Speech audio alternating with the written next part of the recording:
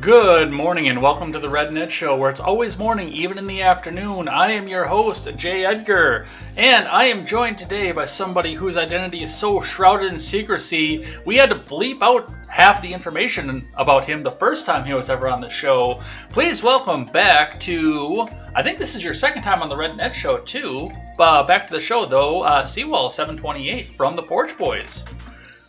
Well, howdy. I'm just, set up out here on the lake near by the porch at the cabin. Set up a little fire and everything. We have no porch this time? No, this isn't the Porch Boys. The Porch Boys is the porch for the Porch Boys.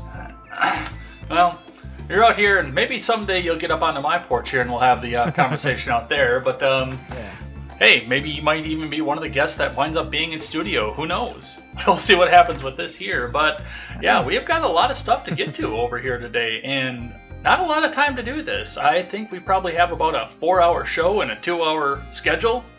So we're going to see what we can get to off of this here. I know we talked about this. You looked over some of the document off here and some of the stuff that we've got going on. It's dense. It is dense. It's almost as dense as a Porch Boys episode. Though we're much more heavy into the memes. I would say it's almost as dense as your co-hosts, but... Oops, did I say that out loud? Oh. Hey, your co-host calls you semi-retarded. I think I can get away with that one. Yeah, true enough. I was going to say, the density we're talking with them is normally only seen in neutron stars. Well, we do have some stuff to get to here today. Over in Loudoun County, that entire situation is blowing up, and usually for something like that, I would just relegate that out to a lightning round segment off of that, because it's we're doing an update here, but so much has happened with this over the last 48 hours just that we definitely need to make this back into its own main topic again, and we'll talk about that. As far as COVID goes, we have to do a little bit of catch up on the Southwest flights thing, but there's some other things. The vaccine mandates are set to take effect here in a couple days, so we'll talk just a bit about what's going on that. Joe Rogan and Sanjay Gupta sat down together and had a conversation. We'll watch some video clips on that. And your state down there in Texas has put a ban on mandates, so we'll discuss a little bit of what that means and where that goes and how we go from there. In other news, in commercial news, we'll be talking a bit about the Los Angeles port backup of the ships that have been sitting out in the ocean. And, well, I'm sure it's Los Angeles, so I'm sure there's shit sitting out in the ocean too. But some of the ships that have been sitting out there, the streets, some of the ships that have been sitting out there, what this means for the supply chains, and what this means, what they're trying to do to fix this all. So we'll talk a bit about that. Dave Chappelle's new special has been out for a couple weeks now, but it started to make headlines towards the about the Red Net Show last week, and really took off this week about some of Dave's jokes on trans people. Now, I listened to the special for the first time today. I did some driving today, and I listened to the entire special front to back, and we'll see if we can get around the YouTube censors, because we're going to play a clip right from the special here to show just how many jokes they had to get around in order to get to the trans stuff, so we'll talk about that. And Shatner has gone to space, and he made a speech that sounded like this at the end of it. But we will talk just a bit about what that meant for him, what that means out this, and a little bit of the feud that came with him and Takai after he went. And as promised over on Twitter, I do have a double surprise stupidity for you today. There were a dozen articles I wanted to use for surprise stupidity. I had a hard enough time narrowing it down to one, so we narrowed it down to two. So we'll talk just a bit about some of the stupid stuff that's happening in the news today, plus a lot more in our lightning round. It's going to be all this and more over on the Red Net Show. Thank you for checking us out on YouTube, DLive, Twitch. We're on the Twitter. I just don't know where to find it on Twitter, and we're also on my Facebook, so you can check us out on any of those platforms, linked in the description below, so go and check that out. Or if you can't catch us live, want to catch us later on down the road, you can catch us over on YouTube and over on BitChute.com. You can go check out the website, TurnSomePagesProductions.com. You can check out, we've got a GoFundMe over there. You can donate to that. We're looking for about a $2,000 startup cost here to make sure that our web developer gets paid. We're about a quarter of the way there, plus I've got a little little bit more squirreled away in a bank account privately off of that. But if anybody wants to donate, help out, get to that GoFundMe, that would be awesome, you guys. So if you guys could do that, that'd be really cool of you. So go and check that out. News by the common man for the common man is my dream, and I hope to make that for you guys. So, since it's been a while and you have some new stuff going on since you started here, I know your co-host John has spilled the beans a little bit on that, but why don't you tell us a little bit about your project, or what it sounds like coming from your point of view? Oh, you're talking about the Porch Boy? You know, me, Midget, and John just hanging out on the porch? Mm-hmm. Oh, yeah, it's our little show. We do memes, general bullshit with each other. We'll go over 5 or 6 news articles or points. We're pretty freeform, other than the very basic, memes, news stories, funny videos. Mm-hmm. And that's just kind of what we're doing. We're just kind of having fun with it, we're not going too strict with it. We're not going just to kind of figure out how it's all going to work, since we've got a couple of different personalities on the show. Yeah, that you do. You definitely do have a couple of different personalities off of this, so I can definitely say that for sure. Yeah. I know some of those personalities. I'm friends with some of those personalities. Yeah, John's got several of them. Any upcoming plans? Anything else that you're excited for coming up in the future? Tomorrow night, it's been announced we're going to try to do a call-in show. Mm-hmm. So we're still getting some logistics dealt with that. So we'll invite a couple of people onto the porch for a little bit here and there. Run it off of our Discord, and we'll be broadcasting on YouTube, where we'll let you, the audience, potentially comment on the memes and current events. Huh? That could be fun, or maybe somebody could also find a way to sneak in a little bit of a joke about maybe a monkey that's dangling from a tree from his wrist. Option 10. Option 10, damn it. Got to be careful with that meme, but damn it, it's our meme. And nearly 600... Shut up, Fox News. Nobody likes you. Except we're going to be reading from them in just a bit here. So, yeah, it's a good time. I generally do enjoy the show. Unfortunately, because of the way that my Tuesday schedule works, I'm usually listening to it while I'm driving, but I am listening to it as it goes. So, and you guys are a part, or potentially a part, once we get it launched, of the Turn Some Pages Productions Network as well. So, I am the unofficial official IT guy for hardware-related stuff, so in computers. So, good deal off of that. All right, you want to get to some news? You ready for that? Sure. I mean, I normally start with memes, but we can always claim the news is just a bunch of memes at this point. Oh, I think we're going to end with memes at this point. Just because I know what's on the surprise stupidity off of this. And just for full disclosure as well off of this, we do have more than 5 articles this time. All right, let's start off with a few updates and a few smaller news stories coming off of this. Now, the first thing I want to say about this is I keep trying to say F in the chat for this first story here. Wait, this isn't the story I want. What the fuck?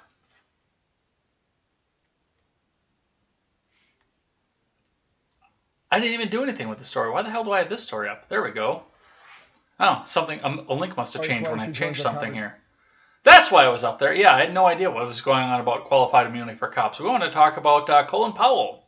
Now, I tried to ask for Fs in the chat for Colin Powell, but it just kept autocorrecting to FU in the chat. Look, I'm not sure. You want to know what my entire response was? What's that? Sips coffee. Oh no, Colin Powell is dead. Sips coffee. Anyway. I just don't give 2 fucks. He was a man in his mid-80s, so he was already past the average life expectancy. From what I understand, he had some form of cancer that was pretty aggressive. Yeah. So he was already, in a sense, immunocompromised. Sure, he was, quote-unquote, fully vaxxed, but we've seen that there's some possible questions about efficacy. I'm not going to go much more into that in case Susan notices us. Well, we've got several backup platforms just in case she does. Yeah. Yeah. Looks like he has passed away. They have confirmed that it is from COVID-related complications, even though he was fully vaccinated. Yeah. And, yeah, I mean, God forbid I'm around and noticing it and still doing news when W dies. Because I'm going to tell you right now, my response to W my response to Colin Powell and HW is going to be mild compared to what I'm going to say when W dies. Ding dong, the witch is dead. I think that's pretty mild too compared to what I'm going to say about him. But yes, I mean, he was the architect of the Iraq War. He was the architect of the Patriot Act. He was another one of these evil people. And then, of course, he had to run out because I don't recognize the GOP anymore and change his voter registration right at the last minute because I can't be considered to be a part of the GOP anymore. They're so evil. They're so terrible. Have you looked in a mirror recently, good sir? Or at Iraq. Or Afghanistan, or anything else like that. Look, I'll freely admit, back in the day, I was much more pro-jingoist, neocon, back in the early 2000s. But again, I was a teenager at the time. I have since changed to, I am a militant isolationist. You cross that line without permission, eat lead. Leave me the hell alone, or I'm turning your country into a radioactive crater. That's the foreign policy I want to see. Leave me the hell alone. That's the government I want to see. Oddly enough. All right, what else do we have on the stack here? This was an interesting story here. China has denied that they are testing a nuclear-capable hypersonic missile, and they're saying it was a spacecraft. So the Daily Wire dropped this, I believe, Saturday morning, that China had been testing a possible hypersonic missile, and it possibly could have been tipped with a nuclear warhead. Now, the missile hit about 24 miles away from its supposed target. China has come out in full denial and said that, yes, it was a spacecraft off of this, but I looked at this, and honestly, I don't care. Because especially given the fact that we're sitting in a position where the government is begging to raise the debt ceiling, and they're begging to have us pass $3.5 trillion worth of spending as desperately as they can get this. All I look at this when I see this is warmongers are finding another way to justify spending more money. What do you think off of this? Well, it's a combination of things. One, I think half of the R&D in China has a military backing to it, at least. Okay. I would presume you would agree the same thing because it's a military dictatorship. That's what China is. So almost all the R&D has to have some form of military backing or military mind to it. So is this a hypersonic missile to try to get past the U.S. missile defense system? More than likely.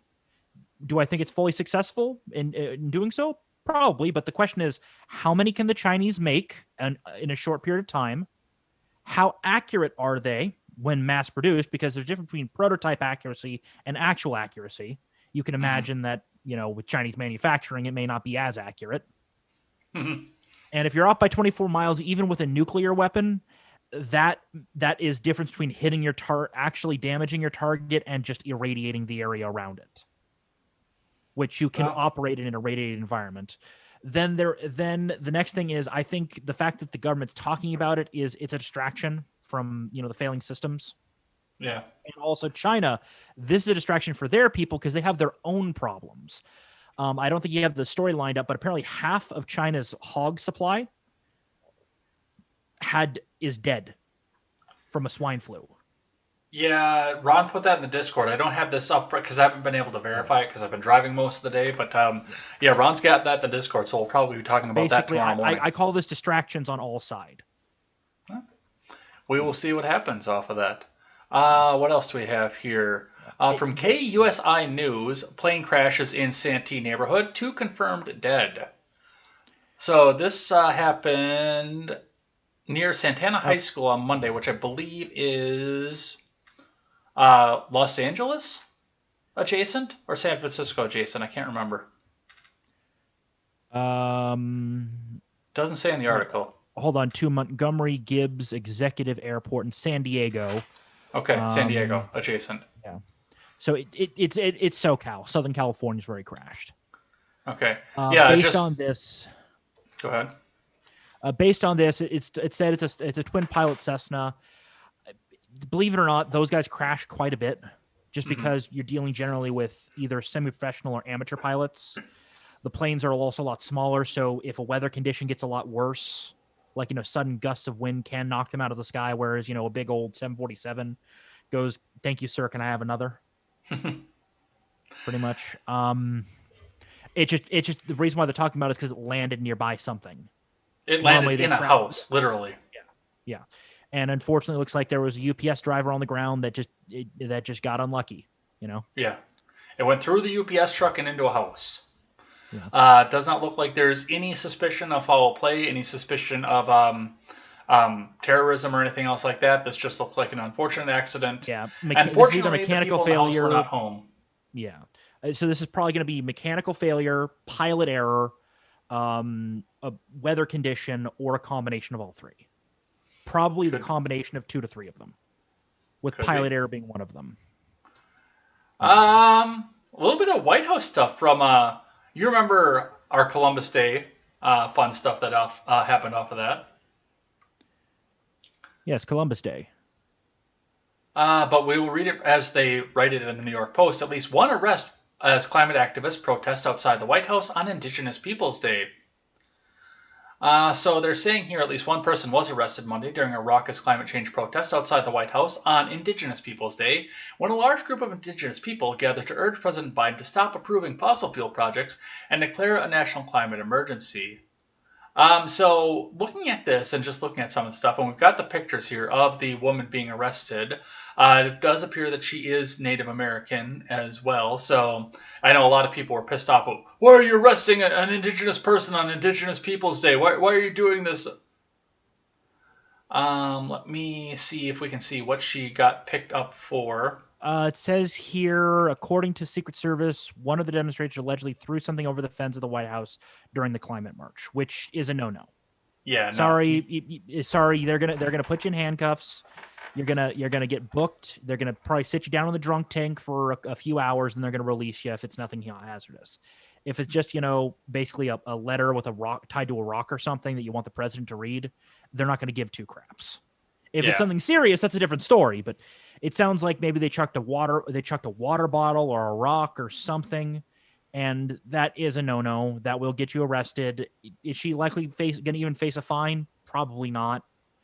The punishment is you're sitting in the drunk tank for a few hours. Yeah. Well, we'll see what happens off of that. It looks like we probably won't hear any updates off of this, but we have heard some updates off of this one here. Jon Gruden resigns as Las Vegas Raiders head coach after reports of anti-gay, misogynistic language used in emails. And we've got some examples. So I'm probably going to read some of this out here verbatim as well because, hi, Susan. Might as well. But it looks like great. Jon we're talking about the great game of hand egg. Jon Gruden has resigned as head coach of Las Vegas Raiders following reports that emails he wrote over a 10-year period included racist, misogynistic, and anti-gay language. His reasoning for a resignation is, I love the Raiders and I do not want to be a distraction, Gruden said in a statement on Monday night. Thank you to all the players, coaches, staff, fans of Raider Nation. I'm sorry, I never meant to hurt anybody. Let me grab a couple off of this. Gruden emailed Allen that Goodell should not have pressured then St. Louis Rams coach Jeff Fisher to draft queers, referring to former defensive end Michael Sam, a gay player drafted in 2014. According to The Times also reported that Gruden used an anti-gay slur in several instances while referring to Goodell and used offensive language to describe some owners, coaches, and media members who cover the league. There was another good one in here. Gruden told ESPN he routinely used the term rubber lips to refer to a guy I catch as lying. He can't spit it out. Dude, I didn't play football in high school, but I know people who did. And of course, we all know Coach Sowers from King of the Hill. Mm-hmm. If you wanted to go and fire somebody for language that he used as a head coach, you wouldn't have head coaches in the NFL. Exactly. Not only that, but even though the thing is, what he was talking, sure, he used a word that is quote unquote offensive, but it's also a word that the other side uses to describe themselves. So, what are the rules, guys? Can we get the rules, please? I believe they say, that is our word. You have no right to use it. Okay, then. If we don't have a right to use it, you can't use it either. Yeah, try to look for consistency over there. Kamala Harris got in the news this week, as Harris Faulkner is talking in my fucking ear. Kamala Harris got in the news this week because she released a very cringy space video, which we're not going to watch here because that will get us popped. It's already got me popped once. I've tested it on the backup channel. Kamala Harris has used child actors in her space video. Vice President Kamala Harris's YouTube space series featured child actors in its first installment. The YouTube original series, entitled Get Curious with Vice President Harris, is aimed at getting children interested in space and included an appearance by a NASA astronaut, Shane Kimbrough, from the International Space Station. But the children featured in the first installment of the series were child actors, including 13-year-old Trevor Bernardino. And yeah, I mean, he's been pretty open about this and telling us how, yeah, he was vetted for this. They made sure that he said the right things, he did the right things. His agent was very much involved in this. So, I mean, they can't even trust regular kids to do this. So what you're telling me is everything with this administration is fake, completely. They can't be original on anything. They've got what the fake set that they keep using for Biden's addresses, which again makes no sense. Why can't they just use an actual set in the White House? People can share the same live feed, guys, when there's no press around. At the same time, look, I get they would want to vet kids and want them to not say certain things. Let's go, Brandon. But you grabbed pure child actors and had their agents basically coach them into exactly what to say. You basically scripted this. Yeah. Which, given the fact it's a YouTube series, that actually kind of pisses me off a little bit. I'm not going to lie, as far as a YouTube series goes, because I mean, this whole channel was meant to be. I didn't know about doing Twitch or DLive or anything else like that. This was meant to be a YouTube channel, and I look at other things too, like with YouTube too, where it's all getting reality show scripted. One of my nephew's favorite YouTube channels involves some Asian girl, spoiled rich Malibu Asian girl who goes and does antics. And I looked at this, I'm like, this is so heavily produced. This looks just like the stuff that we saw on CBS 20 years ago. Yeah. It sells. It sells to the popcorn eating demographic, I guess. And at the end of the day, I look, it's one of those things, look, I'm assuming you've seen amateur productions of series before. We're working on one right now. No, I'm talking about like completely apolitical. There's one called Journey Quest that has like 3 seasons. I quite enjoyed it. Unfortunately, I don't think it's getting a 4th season. It kind of died. It kind of died on the vine, but that happens. And the thing is, the production qualities were maybe a couple of steps above us. So not saying much. You know what was a good amateur production that actually wound up getting a full production deal off of it? Which one? The one that got crossed over and got picked up by Netflix from Rocket Jump, Video Game High School. The first season of that was an amateur production. I never saw it, so... Oh, I recommend it. Highly. That's good. Let's talk about California for just a second. Cal Grant the expansion. communist hellhole. Newsom vetoes game changer for 150,000 college students.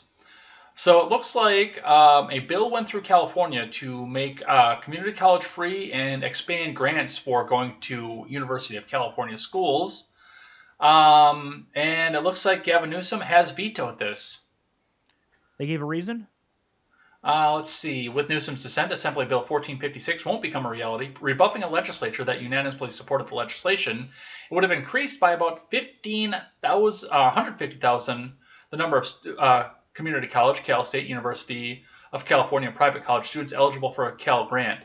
If I remember correctly, and I might have to scroll down here to confirm that, this was because Newsom wanted this to be in a standalone bill because as they put it out there, they had put it out as a part of the must-pass budget.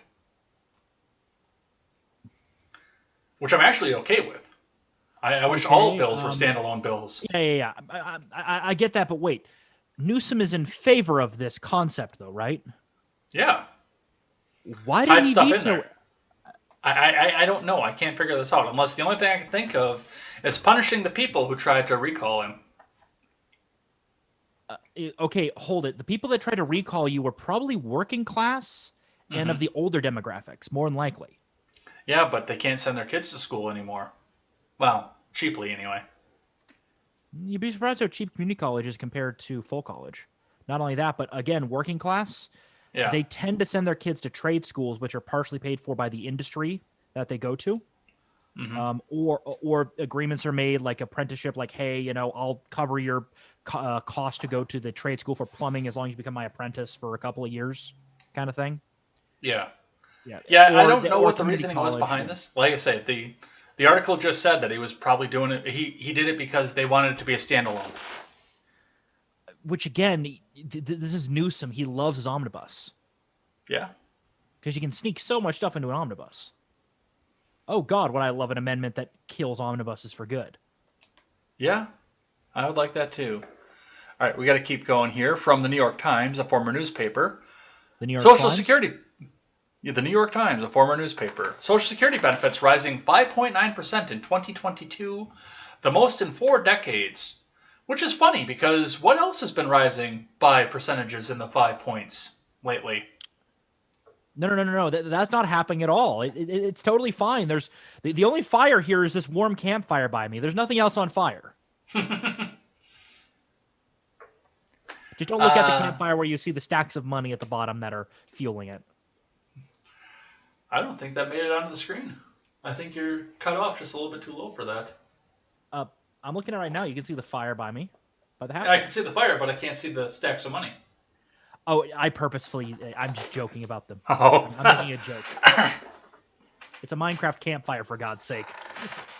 Looks like the benefits are going to climb up $16.57 a month, up $92 from this year.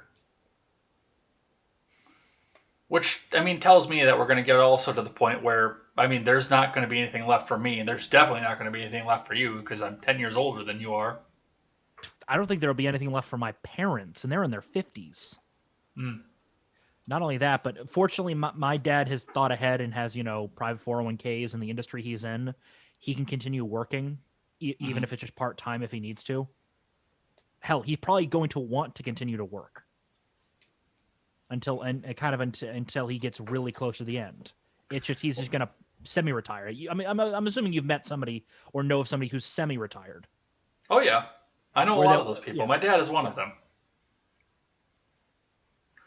So yeah, I understand the concept. I know there's not going to be any Social Security for me, but I also know that they're going to be boxing me up out of this chair, putting me in the pine box and putting me in the ground. I'm going to keep streaming until the day I die.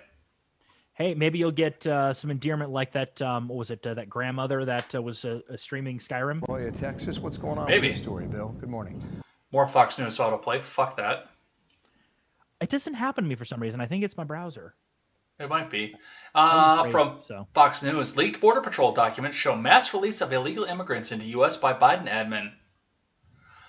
This was broken by Bill Malugan over at Fox News. At least 160,000 illegal immigrants have been released into the U.S., often with little to no supervision by the Biden admin, including a broad use of limited parole authorities to make more than 30,000 eligible for work permits since August, Border Patrol documents obtained by Fox News show. Looks like, according to the document, and I can't remember what all the acronyms are, but ORs since 8/6 is 39,630. NTRs are 94,570. Paroled are 31,977, which, yeah, it comes up just shy of 160,000. Versus total subjects removed by ENV overall is 2,430. So a drop in the bucket. Yeah. 160,000 coming in, 2,400 removed.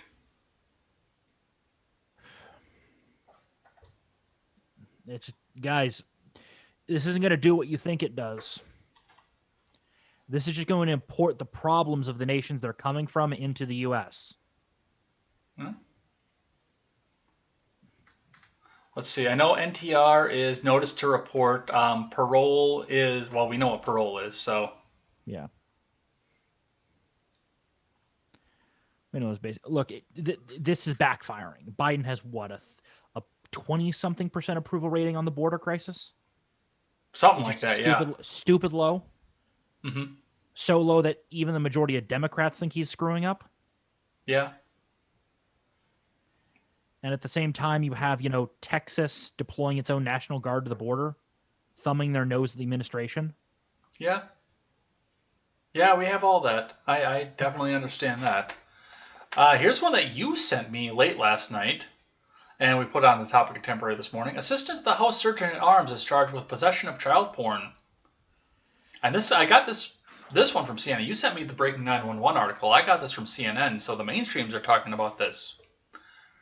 An assistant to the U.S. House of Representatives, Surgeon at Arms, has been arrested and charged with 10 felony counts related to possession of child porn, according to court records filed on Wednesday. And he looks like a predator too.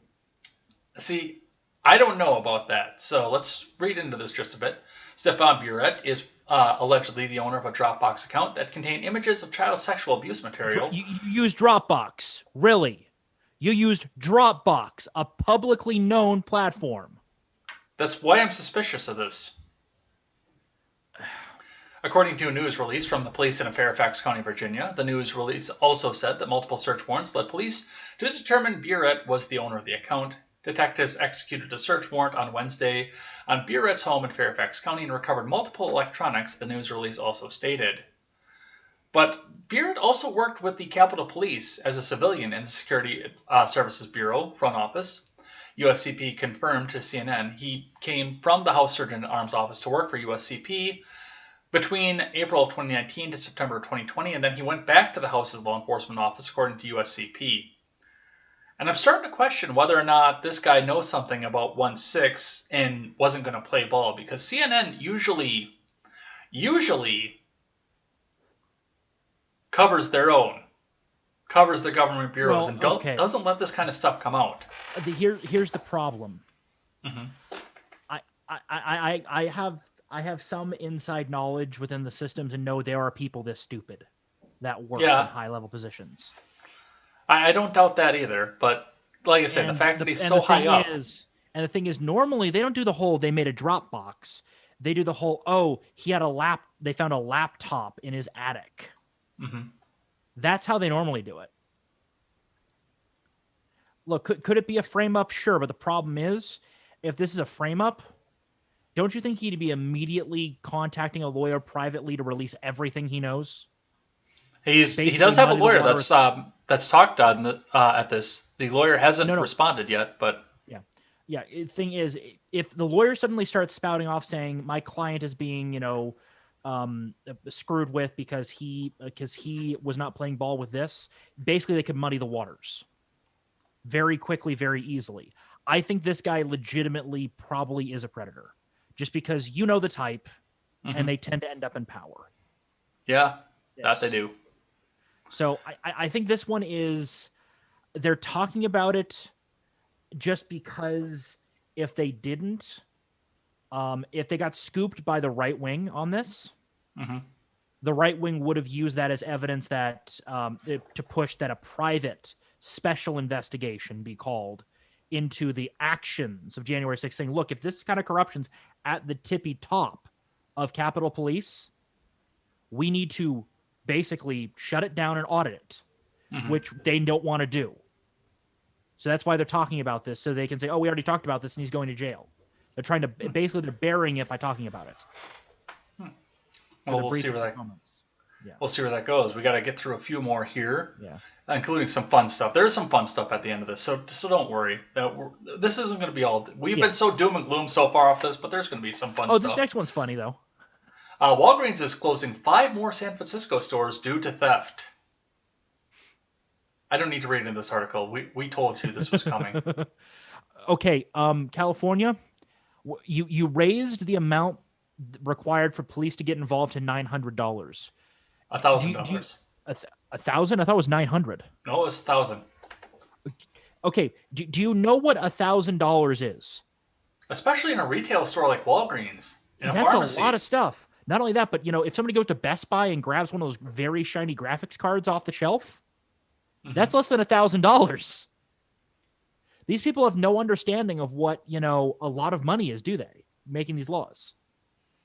No, they only understand things in divisions of 3.5 trillion. True. All types of, yeah. Kim Jong-un got in the news this week. Kim Jong-un announces North Korea is seeking invincible military and blames the U.S. for tensions. This is coming to us from the Daily Wire. Communist dictator Kim Jong-un says that North Korea is building an invincible army to protect itself and accused the U.S. of causing trouble in the region by treating it as hostile. So it's doing what it did before Trump was in office again. That is correct. Because Trump, was basically doing a combination of hardball while simultaneously reaching out a hand to say, hey, I'm willing to talk. He basically, Trump went back to a very limited form of my favorite form of diplomacy from our good old friend Teddy Roosevelt, Rooseveltian diplomacy, also known as big stick diplomacy. Yeah. Speak softly, but carry a big stick. It works. It does. I mean, if some mealy-mouthed guy came up to you and said, oh, sir, I want you to stop doing this, and if before you do that, I'll also give you $2 million in food, would you stop doing it? Or if somebody came up with a stick saying, hey, you're going to stop doing that right now, while tapping the big stick with his hand. Yeah. No, which one are you going to respond to? The mealy-mouthed one, of course. You're a European country now? Speaking of European countries, that actually is a nice roll into our next article here. From The Blaze, left-wing activists blocking traffic and protests get dragged away by furious drivers. Bunch of fucking arseholes. Global warming activists infuriated Britons with their disruptive protests and were dragged away by angry drivers trying to get on with their lives. Around 40 members of Insulate Britain sat down Wednesday morning at a street junction near Dartford in London with signs to protest for the insulation of Britain's social housing. Let's watch how some of this went. Okay, there's the video. I've just taken their place back. The lorry driver is now back up into his cab. I think he's just closing the door and he's about to drive forward, but there are 3 people sat in front of his truck. He's driving forward, Nick. He's just suddenly had to brake because he hit one of them at the front. I mean, I say very, very slowly, but he's driving doing everything. Still no and there sign they of are, police, just Nick. yanking them out of there, dragging them away.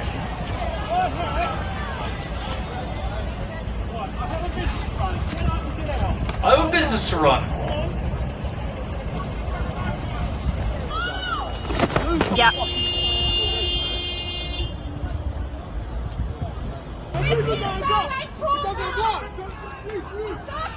I'm surprised the police didn't stop them from being dragged away. They normally do. Yeah, they normally do. That woman's got more balls than all those protesters put together. She's like half the size of the one she's dragging, too. And she's wearing what? Suit skirts and a suit jacket? Yeah, and heels? Leggings. No, she's not in heels. It looks like she's in sneakers, but yeah. Got it. So she's in flats. Okay, got it. So it's time. It's time to start doing some of this shit. I'm surprised the cops didn't prevent it this time. Do you think the cops are fed up with this shit too in Britain? Oh, I'm sure. What? They're just gonna stay out of it? I think so. Oh yeah, because didn't they get a crap load of shit when they arrest that one guy? Yep. Seriously, sorry, I'm keeping watching this, and I went ahead. A guy does that, that dog with worms waddle. Mm-hmm. Yeah. He does the dog with worms waddle. It's like, what the hell? And look, protest on the side of the road, protest on the median between intersections, but don't stop the traffic. Yeah, it's bigger than you. When something is orders of magnitude heavier than you and made of material that doesn't yield to flesh and bone. Patrisse Cullors got in the news this week, the founder of BLM, because she's now been named as a Los Angeles County Commissioner. Okay, not surprising. Reading from the Post-Millennial, Patrisse Cullors, who self-identifies as a trained Marxist, has just been appointed as a commissioner with the LA County Arts Commission. Cullors, one of the co-founders of BLM, was recently caught up in a scandal regarding multiple luxury properties and wound up stepping down as the executive director of BLM in May of 2021. So now, instead of funneling the money through donations to BLM, she can funnel them through tax dollars instead. Oh, of course, she's gonna find a way. She's a mouthpiece of elites. We know this. Yeah. She's a quote unquote trained Marxist, aka George Soros uses her as a meat puppet. Yeah. A bit of an interesting one off the January 6th stuff here. The Sad Truth tweets out, and I was not able to independently verify this. There's no news coverage of this, which, given the fact that this involves one of the Proud Boys, kind of tells me it's bullshit, but I thought that we should at least talk about it here. The Sad Truth tweets out, breaking: the president of the Proud Boys, Philadelphia chapter, and January 6th conspirator Zach Rail is sent message at 2:29 p.m. on January 6th saying, "Civil War started." And then we've got a typed up screenshot that looks like it does come from a court document, but I also cannot confirm that's from a court document. At 1:34 p.m., Rail texted the same group, "We're at a standstill. Cops are dropping concussion bombs and pepper spraying people. People are pepper spraying back at the cops and fighting riot cops." At 2:29 p.m., after hordes of rioters had entered the building, the defendant texted the same group, "Civil War started." He followed at 2:48 p.m. with a, "They just broke all the doors and windows open. People are pouring in." So he was describing a chaotic scene that, from an outside observer in the first few minutes, could have been relatively described as that. Mm-hmm. So he was just describing an event. Yeah. Assuming this is even real. Yeah, which I cannot confirm if it that this is was, real at that this point. shit would be all over the media right now. Yes. So I'm thinking this. I'm thinking he. You know what? You know what I think happened? Poll got him. Poll made a fake document. Not the first time they've done this. No, they would never do something like that. By the way, do you remember how bad it is when gerrymandering doesn't follow any sort of natural shapes? You know how evil it is? You remember us hearing about that last God, year? Illinois' gerrymandering. I saw it. It's disgusting. It is disgusting what has been done to the state of Illinois. Illinois Democrats' extreme gerrymandering inadvertently helps Republicans in 2022 midterm elections. From the Blaze, Democrats in Illinois have inadvertently helped Republicans after redrawing the state's congressional districts. And this is what the map looks like. Tell me, do you see any natural shapes that look like that in nature on that map? What map? I'm not seeing it. That might not have popped up yet. Could be that maybe it's not loading on my page. Oh. I have it up on the stream right now. Oh, yeah, I see you went to the Twitter. Mm-hmm.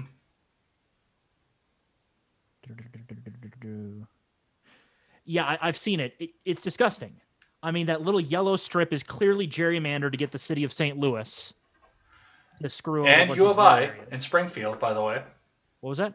And U of I in Springfield. Yeah. And Look, Champaign. Yeah. Look, okay. I know this is kind of on the air stuff. Could you bring up a map of the counties of Illinois? I think so. Let's check those out, because the thing is, I will admit in certain areas, county lines can be pretty artificial, but that's just because you're dealing with huge swaths of land sometimes that doesn't have much. I know this is, last minute request, but we'll check out what the county lines look like in comparison. All right. Let me get that opened up in a new tab. Open a new tab. Open image in new tab. See if we can blow that up a little bit. So that's what the counties look like. And that's what the gerrymandered map looks like. Yeah, I'm looking at it right now. The county lines, obviously a lot of them are pretty artificial just because of probably fairly flat land with not much in it. Yeah, that's Illinois. But if they tied the congressional lines to county lines, that would fix a lot of problems. Mm-hmm. Where basically, like, if a county has enough population for it to have multiple, like, for example, New York City. I think New York City is one county, technically. So you can see them say, basically, the rule. This is what I would propose to fix a lot of the problem. You basically have, if you have a county that's too small, it is lumped in with a bigger county. Mm-hmm. With other counties until they have enough population to have a representative, and they got to be geographically connected to each other. Yeah. Then what you do at the same time is, if a county is big enough to have multiple representatives, that county is broken up into a couple congressional districts. but they can never be locked to another county. So you basically make it so you can't have the cities polluting the rural, and the rural can't pollute the cities. Because the Republicans doing the same thing. They break cities up and kind of combine them with massive rural areas to do the same thing. I look at some of this too, and I do understand some of the geopolitics and the geography of Illinois, because it's right there. Fairly flat. It's fairly flat last I checked. It's fairly flat, and it's probably about 40 miles away from where I'm sitting. Yeah. Not even. Yeah. So a lot of squares and straight lines is what you're telling me. Yeah. As far as the counties, and like I looked at this because this was brought up, and I was asked about this in Wisconsin. And in Wisconsin, the only county that's split between two districts is Rock, the one I live in. Yeah. I'm on the District 1 side, and then if I get pretty much any further west, it goes into District 2, which means it gets lumped in with Madison. Yeah. So you can see how that district is split so that it can never have a representative that actually represents it. Yeah. But I mean, there's also the whole Lake, DuPage, Will, and Cook County that are all Chicago too. Yeah. Yeah. So it does look like inadvertently they gave 3 districts toss-up status, which otherwise would have normally been solidly blue if they'd have kept with some of the original lines that they had. But yes, now they've got to come around with the fact that they are losing one of their biggest, the 3rd biggest congressional district in the state is the one they're eliminating, because it's Adam Kinzinger's district, which he would have voted with them anyway. So why are they getting rid of him? He helped screw over Trump. Why? Oh wait, never mind. The Democrats are that tribal, and it is a very solidly red district rather than toss-up. Yeah. So, congratulations. Now, when he goes back home, everyone's going to hate his guts. Yeah. All right. Just a few more here from ABC7. UK lawmaker David Ames is stabbed in eastern England and has died. A long-serving member of Parliament was stabbed to death Friday during a meeting with constituents at a church in England, an attack that united Britain's fractious politicians in shock and sorrow. A 25-year-old man was arrested at the scene. Hold on. He was not murdered. He passed away due to another man using a knife. That's what City Scott says happened. There are not a lot of details on the assailant at this point, but it's a Somali Muslim. Is it? Yep. I didn't get that out of this article here. Well, that changes a few things off of this here. Total religion apiece. But I'm also looking at the fact that this was a conservative member of Parliament, long-standing conservative member, and we are sitting in a point where conservatives overwhelmingly voted for Brexit. Mm-hmm. And now the UK is trying to pin all of the UK's problems on the Brexit movement. Like, if we just stayed in the EU, then we wouldn't be having any of this, including the coal shortages, oil shortages, and everything else. Well, no. The coal and oil shortage is because you keep regulating them out of existence. Britain has some of the richest coal mines on the planet. Yeah, but that's not the propaganda they're feeding to their people. For oil, you could have gotten private deals. Here's the thing. There have been so much sabotage from behind. They're trying to get back to the EU because they want the Eurocrats to control. Here's the problem. Europe is falling apart at the seams on its own without Britain. France is having the same problems Britain is. It's almost out of coal, oil, and natural gas. It's got its own gas problems. Same thing with the Germans. It isn't just Britain that's in trouble. It's everyone in Europe because, well, under Trump, you remember Trump was talking about, hey, we'll set up a bunch of natural gas liquefaction plants all along the eastern coast, make thousands upon thousands of jobs and sell our natural gas to Europe, where they'll set up the deliquefaction plants along their Atlantic coast. Yep. And maybe some in the Mediterranean, like southern France and Italy. Mm-hmm. Yeah. They said, no, we'll just trust the Russians. They're giving us a better price anyway. Yeah. They were giving you a good price because they wanted you to be dependent. Now they're jacking up the prices like everyone warned you they would. Well, that's what we see coming off of that. From CBS, self-driving cars keep turning down a dead-end San Francisco street. Neighbors say they come every 5 minutes. What do the AI know? What do they know? So it looks like this is a rideshare company, which is probably the most prominent rideshare company in San Francisco. They do have a driver in the car to be there in case of emergencies, but he just kind of basically just sits there and plays Candy Crush on his phone while he's driving, or driving, I should say. Yeah. And the cars keep going down this one-way or dead-end street, and then doing the U-turn and turning back around. As like I say, it happens almost 50 times a day sometimes. It's probably a glitch with the machine learning they're using. Machine learning does weird things. If you let it go. Which, I mean, it's innovative that we have the AI and we have the self-driving. I think that's kind of cool, actually. I don't think we're there for this thing to replace all the jobs that they keep telling us it's going to replace, though. Well, no, here's the thing. It's never going to replace the jobs because the job will change. You know, our buddy Saint, driving that truck around, he's not going to be replaced by an AI. What'll happen is the AI will deal with most of the long haul, but he'll be on the vehicle in case there's a maintenance issue, in case there is an emergency that requires him to take control, and finally, for him to back it in, because AI are terrible at parking the trucks. So he's still going to have a job. It's just most of the time the trucks will be handling it, and he'll just he'll be playing Candy Crush. And same thing with these cars. But I'm going to tell you what's going to happen at some point. Unless they have a hardware override button in those things, which I doubt they will because those are expensive. What will probably happen at some point, and this, mark my words, there's going to be a city that converts heavily to these vehicles. There's going to be some sort of hacker, some sort of criminal syndicate that has some pretty smart hackers on the payroll that are going to take over the system, because these are all going to network together and working together. So there's going to be a central server somewhere doing all this. They'll take over that.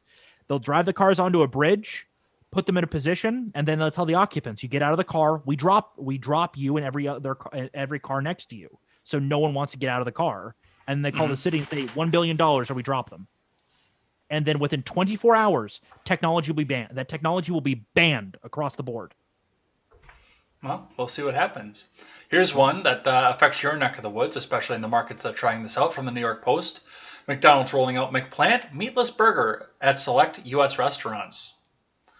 Looks like their first markets that are going to be hitting are going to be Irving, Texas, Carrollton, Texas, Cedar Falls, Iowa, Jennings, Louisiana, Lake Charles, Louisiana, El Segundo, California, and Manhattan Beach, California. I don't think any of those are anywhere near me in Texas. It's still Texas. Yeah, I noticed none of them say Wisconsin. Now. Yeah, Irving, Texas. Oh, that's the middle of Dallas, Fort Worth. So of course they're going to go there. That's a leftist hellscape. The meat-free patty is made from ingredients including peas, rice, and potatoes, and will be served on a sesame seed bun with tomato, lettuce, pickles, onions, mayonnaise, ketchup, mustard, and American cheese, the company said. Is it chemically identical to meat? Probably not. Then stay the fuck away from it, please. Which if you're health conscious first, and this was the question I posed on Contemporary this morning when we read this.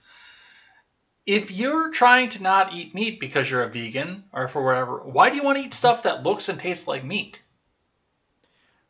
Well, because they're trying to deny their biology. While simultaneously their biology is craving, animal flesh. Because we as a species are a predator species. Yeah. Very specifically a predator species. We just happen to be omnivorous because omnivores have an advantage. We can eat from different food sources. Versus where, the carnivores, a lot of them turn out they can actually eat a certain amount of omnivorous, but we're talking pretty low. Like, for example, dogs. There are certain breeds of dogs that are almost 50% omnivorous. Or 50%, 50-50. They can, but the problem is it's very specific breeds after a long time of selective breeding. Yeah, I think Labrador is in that one, and we had a lab. But he was on a raw meat diet. Yeah, and let me get, and he did great, didn't he? Yeah, for being 10 years old when my ex broke up with me, I mean, he was like a puppy still. Yeah. He had the energy, he had the runaround. Labradors tend to live around 12 to 13. The only reason you could tell that he was 10 years old is because he had the beard. He had the white in his beard. Yeah, he's showing his age. He's getting a graying beard. But other than that, I mean, he was just as active as any dog half his age I've ever seen. Yeah. But ooh, this yeah, next one. I don't understand though the whole burger thing, and the other thing is McDonald's too. Oh, I don't eat there. You're not supposed to feel. I do sometimes because on a diet that's low carb and high fat, that's not the worst thing in the world for you. In fact, it's somewhat decent for you if you don't have the bun. But you're not supposed to feel good after you eat McDonald's. It's crap fast food with like grade D beef. You're not going there to be healthy. No, you're going there. You're going there to scratch an itch, and not a very healthy one at that. Or you're drunk as shit and you need something to soak it back up. Which high fat content is good for that. We got this one here that you also brought to my attention. We did it on a contemporary this morning. This comes to us from Slate, which I can't believe I gave Slate 2 clicks. This one's going like, when is this one going to go school shooter on us? Yeah. My son, Jack, 14, has been maintaining a spreadsheet that tracks all of his classmates' problematic actions. Jack has always had difficulty fitting in, but he is a compassionate and intelligent boy. We do not allow our children to have their own computers and prevent the risk of them being radicalized by alt-right websites. Honey, radicalized by alt-right would be an improvement to this kid. So our kids share a laptop that we monitor and control access to. We found an Excel spreadsheet in Jack's folder that listed the names of all of his classmates, as well as the dates, descriptions of their problematic behavior. Some of the descriptions I saw include: has a mom who was a cop, no pronouns in Insta bio, laughed at a fat joke, lists problematic show as one of their favorites, mimicked a foreign accent. I'm kind of glad Jack doesn't watch this show. Or my morning show, I should say. I don't do it as much on this show. And what is the problem with foreign accents, yeah? They are funny. Okay, puppy, I'm going to tell you what the problem with foreign accents is, because I'm from the Bronx, okay, puppy? Sounds like we might need to option 10 you, yeah? And used cisnormative language. While I am pleased that Jack is taking an interest in his peers, I get a weird feeling about his spreadsheet, as much as I don't condone the behaviors mentioned. This shit. You remember back in the early 2000s when the school spree killer was the big thing. Mm-hmm. These are kids like this doing shit like this was one of the red flags that they warn people about. Yeah, this kid's gonna go spree killer if she's not careful. And as I said, introducing him to the alt-right, like Richard Spencer's, probably would be an improvement, because one thing about the alt-right I've noticed, they don't keep lists of people. They keep lists of burger toppings. Maybe. But, I mean, at the end of the day, keeping lists of burger toppings, is that really that bad? Other than being weird? You know the video I'm talking about, right? I'm not actually familiar. The Richard Spencer video? Oh, God. He's cringe. You know which one I'm talking about now, right? He's cringe, glow in the dark, and very fabulous, as the kids say these days. I can't believe you've never heard this video. I have not. The BQ. The BQ. I've had some good burgers in my time. I love a good melted Swiss cheese and roasted mushrooms and caramelized onions on a burger. God, just shut up with the That is hot stuff. shit. You can get that at a number of different places. That is hot stuff. Do you know what I put on my burgers? What's that? Slice of cheese and a little bit of ketchup, and I'm good. Keep it simple. You can get that at a number of different places. You can get that at every place that does a burger. That is hot stuff. Somebody told me that dude is straight. And I don't believe that. No. As I said, as the kids call it today, he's fabulous. And glow in the dark. All right. I've got one more story here for us to talk about at the end. We might not even read the article that goes with this, but another shot at Disney ruining my childhood. You might be too young for this, but you're probably familiar with the movie. They're making a new Home Alone, and yes, I'm do going not to put you kill through my the trailer. childhood. I'm going to put you through the trailer. I'm going to put you through the trailer. 'Twas the night before Christmas vacation. And the By the way, I did confirm this. I questioned this on Contemporary. I did confirm this. They are using the same vocal track that they used on the original trailer. Identical. Same voice, same person, same track. Same music. Guys, are you this bankrupt? fun was in full swing. Wait, is he British? Split our family onto two separate... The kid? Yeah, the kid is British. Wait, they're doing this in Britain this time. No, I think they're still doing it in America. Let's finish listening to the trailer. flights. Mom! Max, please! The family left for their big vacation. Is that everyone? The cars are leaving now! But forgot one little thing. Mom? Dad? Uncle Blake? They don't even know I'm here. They don't even know I'm here. My mum and dad have gone to Tokyo. I'm totally on my own. You do realise that my 10-year-old son is at home by himself. You just assumed Max was on the other flight. We didn't take a census. We got reports of suspicious people around 36 Lincoln Ave. I can't go to jail, honey. I wouldn't last 30 seconds in Gen Pop. It's where fresh fish get got. Nobody here is getting got. And we're criminals. I don't think so. This is my house. I have to defend it. Orange stripe, center pocket. Ooh. That did not sound right. I am trying to get home to my son, who is alone. I'm scared. And he needs his mother. This is not going well. Home Sweet Home Alone. Oh no, a ladder. You think I'm that stupid? Yes, I do. Only on Disney Plus. Look, I'll say this. The first Home Alone movie that I remember watching was Home Alone 3. I know, it's the black sheep of them. It's the black sheep. Yeah. And it's, it was not that good. It was over the top, but god damn it, it was fun. It was. A kid defending his home from international spies or international terrorists or something, trying to get like a missile chip. Yeah, that was hidden in a toy car. I remember that one. I've seen that one. Yeah, it's over the top, but damn it, it was fun. This is just them rehashing the original, gender swapping one of the robbers. Yep. Making the family British in America for some reason. I think it's just the mom and the kid, because it does sound like the dad is just has a regular accent. Okay, got it, whatever. And then having a McAllister, which I think the story is he actually is the grown-up Kevin McAllister from back in the day, so they're actually continuing it. Yeah, and it is Macaulay Culkin too, by the way. Yeah, I thought the guy. Well, I'm amazed that he actually cleaned up that well, because you've seen images from him from years ago. You know, strung out, thin as shit. I guess he finally got into a program that cleaned him up. Yeah.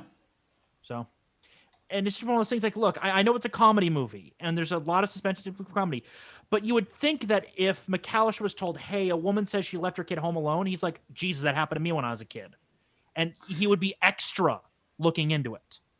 Yeah.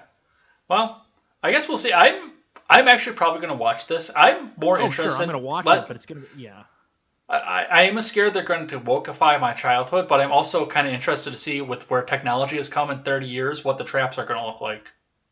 I'm actually curious about that. It's looking pretty slapstick still, ice, things like that. Mm-hmm. So, but what he'll probably do is you'll probably see him stitch audio together if he knows how to use a computer. Maybe or Bluetooth control something. Yeah. And it's whatever. So. I'm looking forward to that. I'm not going to lie. Yeah. All right, we've got just a little bit of live chat going on right here, so let's check into that, and then we will get into the main story, the main news of the day here. So let's see what we've got here. Quest banning has just stopped through briefly, but sharing on Twitter. Thank you, Quest, for that, and I do see the share, so let's get that retweeted and liked. And we'll do our Twitter right on air here. Ron Helton is late. He had to finish up some chores. The hens are taken care of. Ron Helton has called us a bunch of pups. He says, well, they would have to get federal permission to deploy those guard units unless they're going to without pay. Doubt if Texas is paying them. I'm not sure what he was talking. It's something out of Texas. If I remember right, the National Guard is in part paid by the state, and the governor did deploy them. So if the governor gives the order to deploy them, more than likely it's Texas state government paying them. Yep. Let's see. Arvolt is here with the Captain America sign-on, and he's also got Hot Stuff, the D-Live sticker, which is kind of cool. I like that. Ron Helton answered the BQ. He says, pepper jack cheese, mustard, dab of ketchup, lettuce, onion, tomato, jalapeno. That is my perfect burger. That is some hot stuff. You can get that in a number of different places. Damn it, Jay.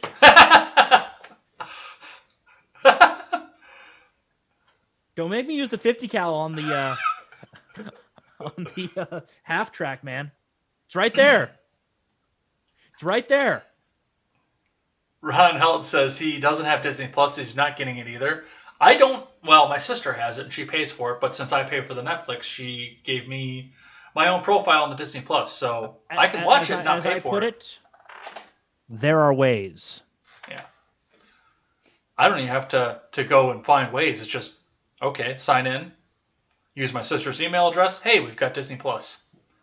Which is probably why I'm going to watch Rise of Skywalker eventually, because I don't have to pay for it. I don't even have to pay the Disney Plus fee to watch it. I just have to justify the 2 hours of time. Mm-hmm. But I hear it's as bad as I think it is.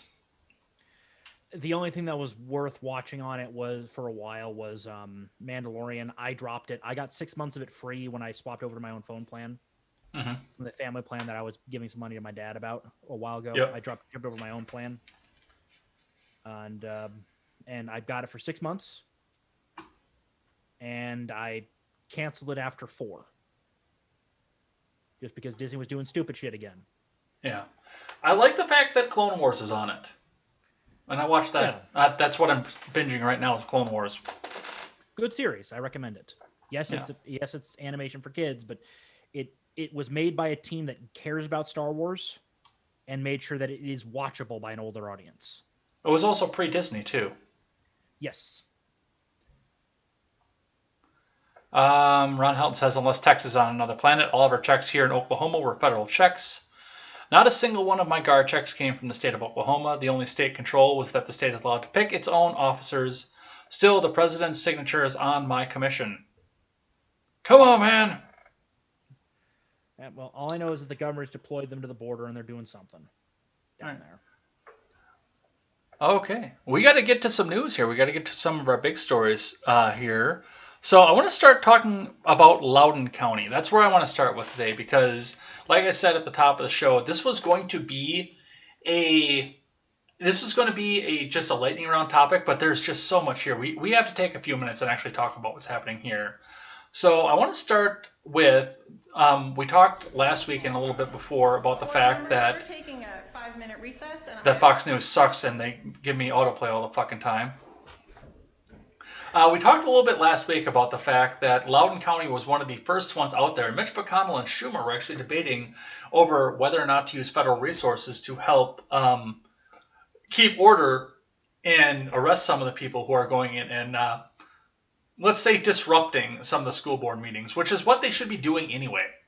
That's my biggest problem with this is the fact that they should be disrupting them. They should be out there having their voices heard. That's why they're fucking school boards. And the leftoids have been doing that for decades at this point. Yeah. Now they're freaking out because the right is going, you know what? We're borrowing one of your tactics. And we're doing it better.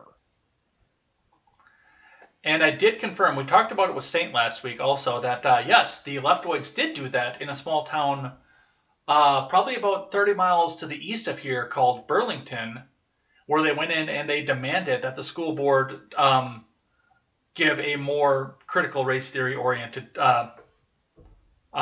curriculum. That was a demand that happened in Burlington. Was it, or did the parents come through and say, no, this is stupid? I believe that was the outcome. But, none of the big news stories ever covered that. But yes, I do believe that was the outcome. But yes, BLM was in the school board meetings intimidating and shouting down anybody who was trying to speak at the time. And this was late last summer, right before the school year started last year,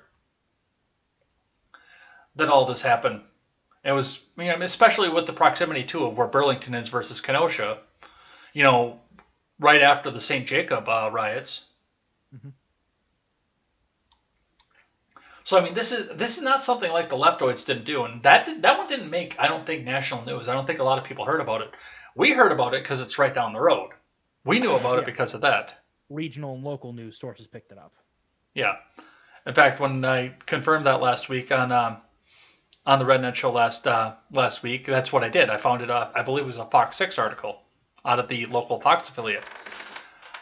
But it turns out there was more shenanigans that went on with Loudoun County. And I want to start here with the Post-Millennial, and I want to follow some of that up with the Fox News article that goes with it, because the Post-Millennial made it sound like this was something recent, but the Fox News confirmed the timeline. But the Post-Millennial reports, the parent of a Loudoun County, Virginia student accused the school district of covering up a sexual assault of their teen daughter that occurred in a gender-neutral bathroom back in May. Scott Smith, the parent of the student that was sexually assaulted, protested the Loudoun County School Board on June 22nd with hundreds of other community members. Smith was arrested that evening when the school board pushed for law enforcement to deem the meeting an unlawful assembly after the individuals vocally opposed the school's transgender policies. Let's see what that looked like and sounded like. John, walk with me, please. Walk with me, John. Now! Hey, John, please don't resist. You guys, this is an unlawful arrest. I have a First Amendment right. Listen. You do, right? You're right. Okay, thank you. Here's someone speaking rationally. Listen to me. At this point, the meeting is over, right? It's not over. It's Listen. not over. We All were right, meeting. We but were meeting. If you look. So, with that being said, it looks like of course, obviously the video wasn't shown in the midst of seeing everything off this and what led up to this, but it does look like now that the parent, he wasn't there to protest critical race theory. There were other parents that were there for that, but it does look like he was there to protest and point out the problems with the school's transgender bathroom policy. Because allegedly at this point, a student was well known for switching genders whenever he felt like it, came to school in a skirt one day, went into, I believe it was a unisex bathroom. It wasn't specifically a girl's bathroom, but went in there, found this man's daughter in there, and raped her in the bathroom. There's a simple solution to this problem. It's called taking this dad, handing him a crowbar, and putting him in the same cell as this kid. It'll solve the problem. And do you think anyone at that school will try that shit again if that story gets around?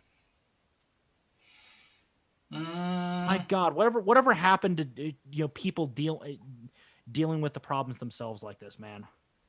I mean, Jesus Christ.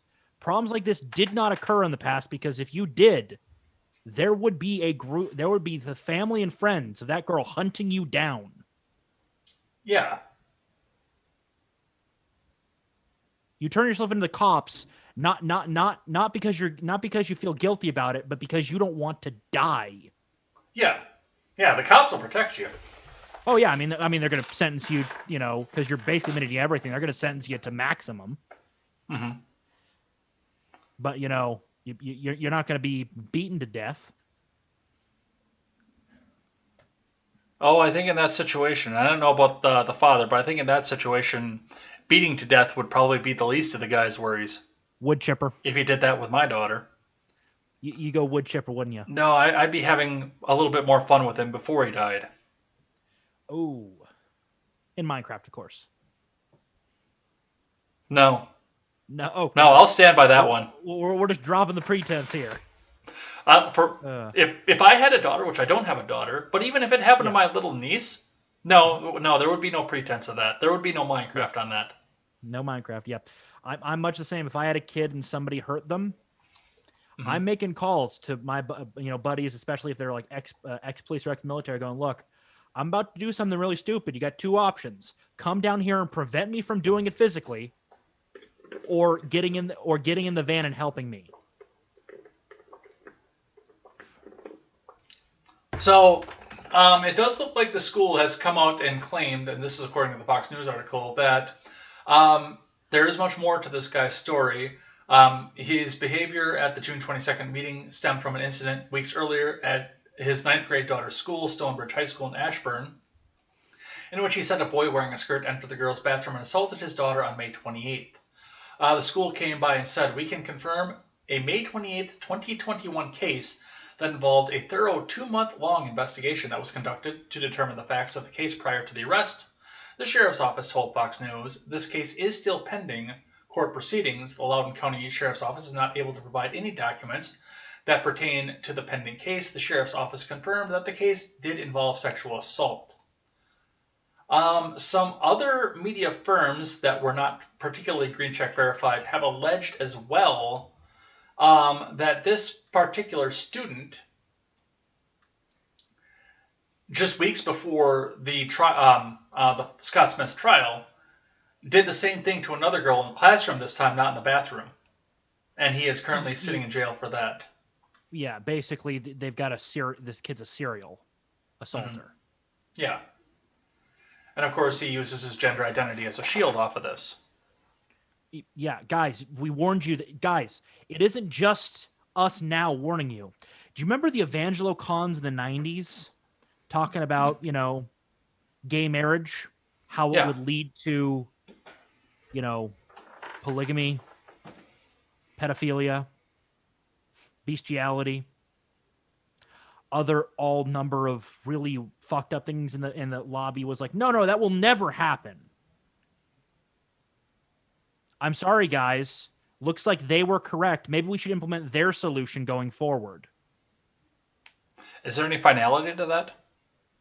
No, I think their solution was that basically we have permanently locked society into a don't ask, don't tell society. Mm-hmm. Basically, don't ever leave the closet or expect the people around you to not want to associate with you anymore. Basically, there's no legal repercussions for what you are, but you're not going to find a job. You're not going to have friends. Good luck buying a house. Shit like that. If it gets out that you are that. Well, there was a little bit more here, and I have to go back to the post-millennial of this because, once again, this is another one of those that no green check mainstream media source got into off of this. And I don't usually use the post-millennial because they are, for obvious reasons, they're right-wing, so they're not green check verified. But, I mean, I know they do their homework, and I do trust certain authors over at the post-millennial.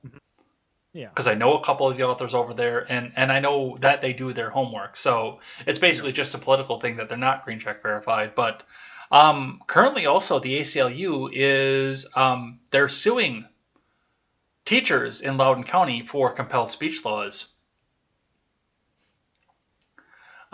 Just to read briefly from the Post-Millennial, the ACLU filed in a brief opposition to free speech the American Civil Liberties Union, which has been on the decline, with regards to its defense of citizens' rights, just as it's been increasing its adherence to backing the progressive political status quo, is fighting back against the public school teachers who do not believe they should be compelled to ally with views which they are fundamentally opposed. So they go on, and I think this guy was being paid by the word in the Post-Millennial, but they do go on to go off and talk about this.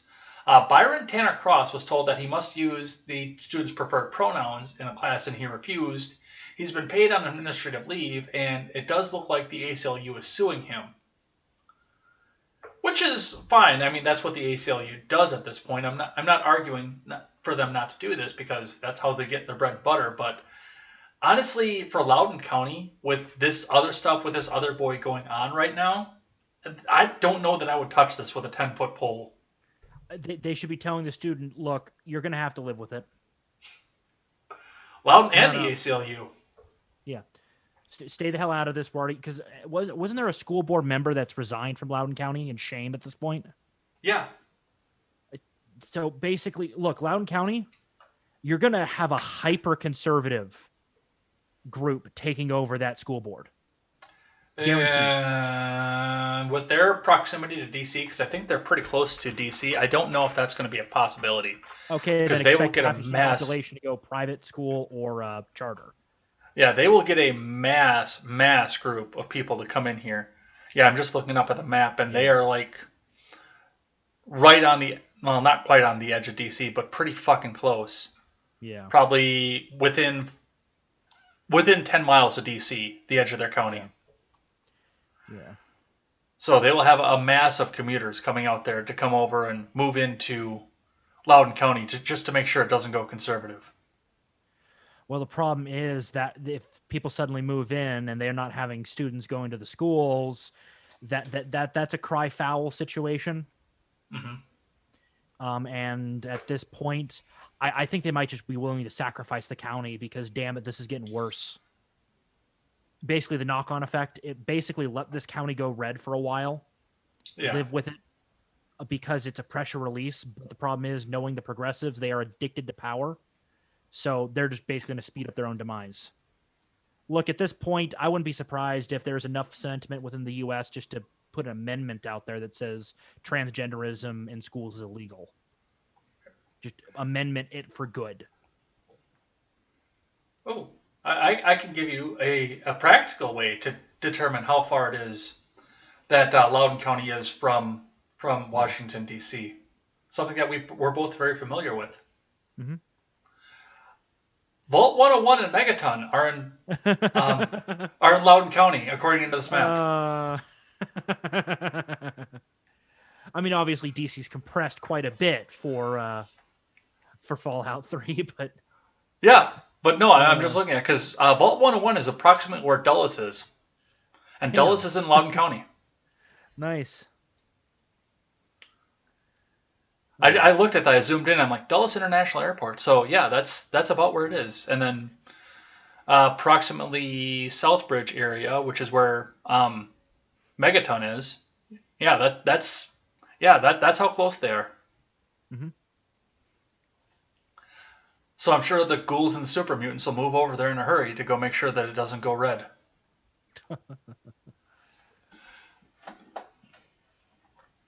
All right. So that's what's happening in Loudoun County, and like I said, I knew that was more than a lightning round topic. Let's talk about the fucking coof. We got to talk about that. What, the Wuhan flu? Yes, the Wuhan flu. Let's switch up to here. So there are a few things that are going on with that this week here. We're going to touch on a few of them. I want to start with this video coming out of the Daily Wire talking about Fauci realizing and trying to tell people why they don't like him. Why didn't the tweet load up? Why didn't the video load up?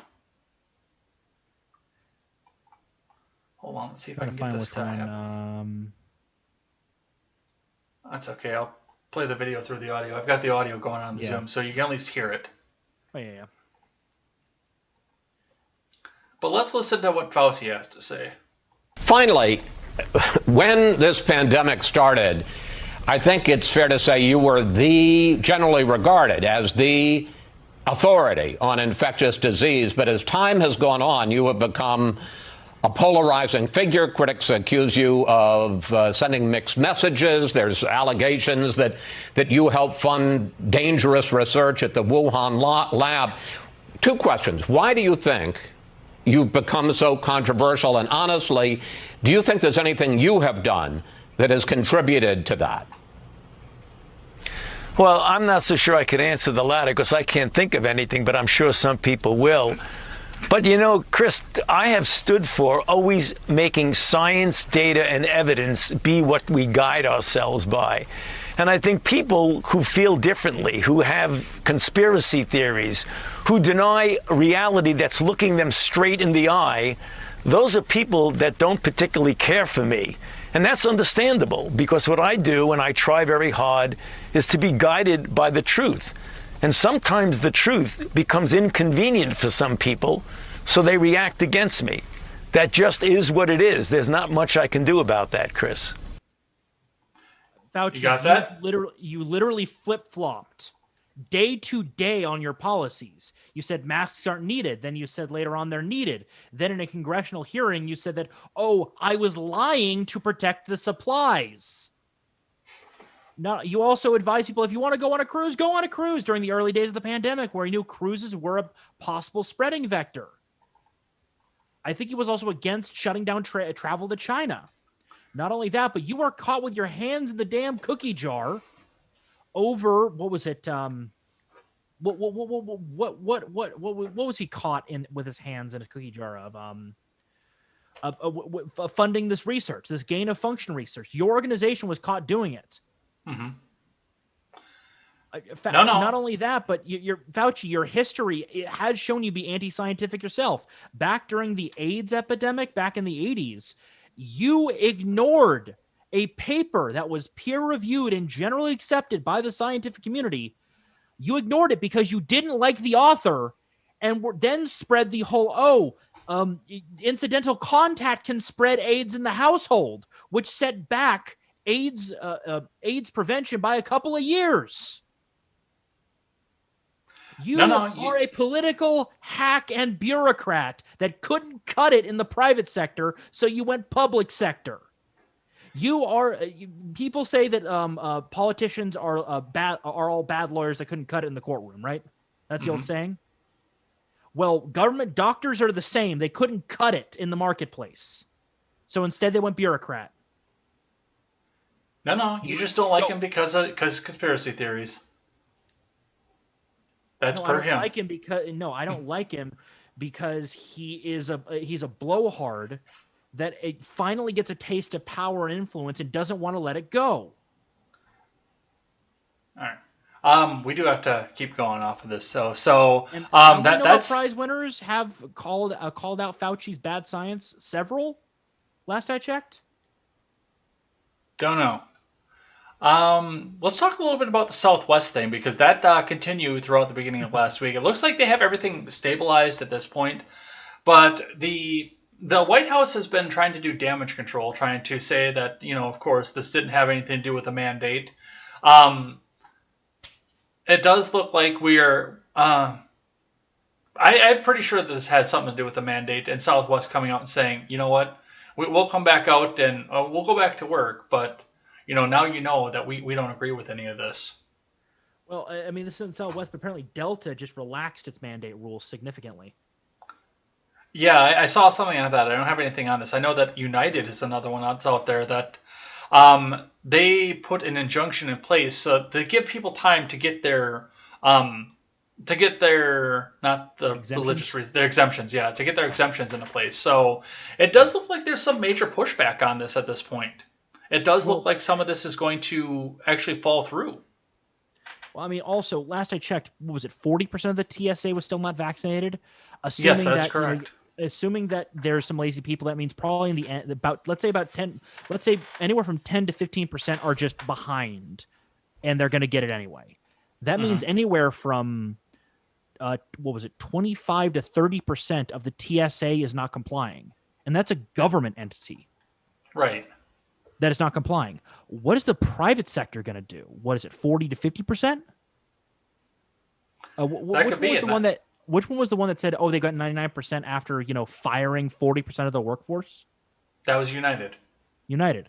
Yeah, and I'm guessing United, the bean counters came in and go, you're insane. Hire them back quick. We can't operate like this. Yeah.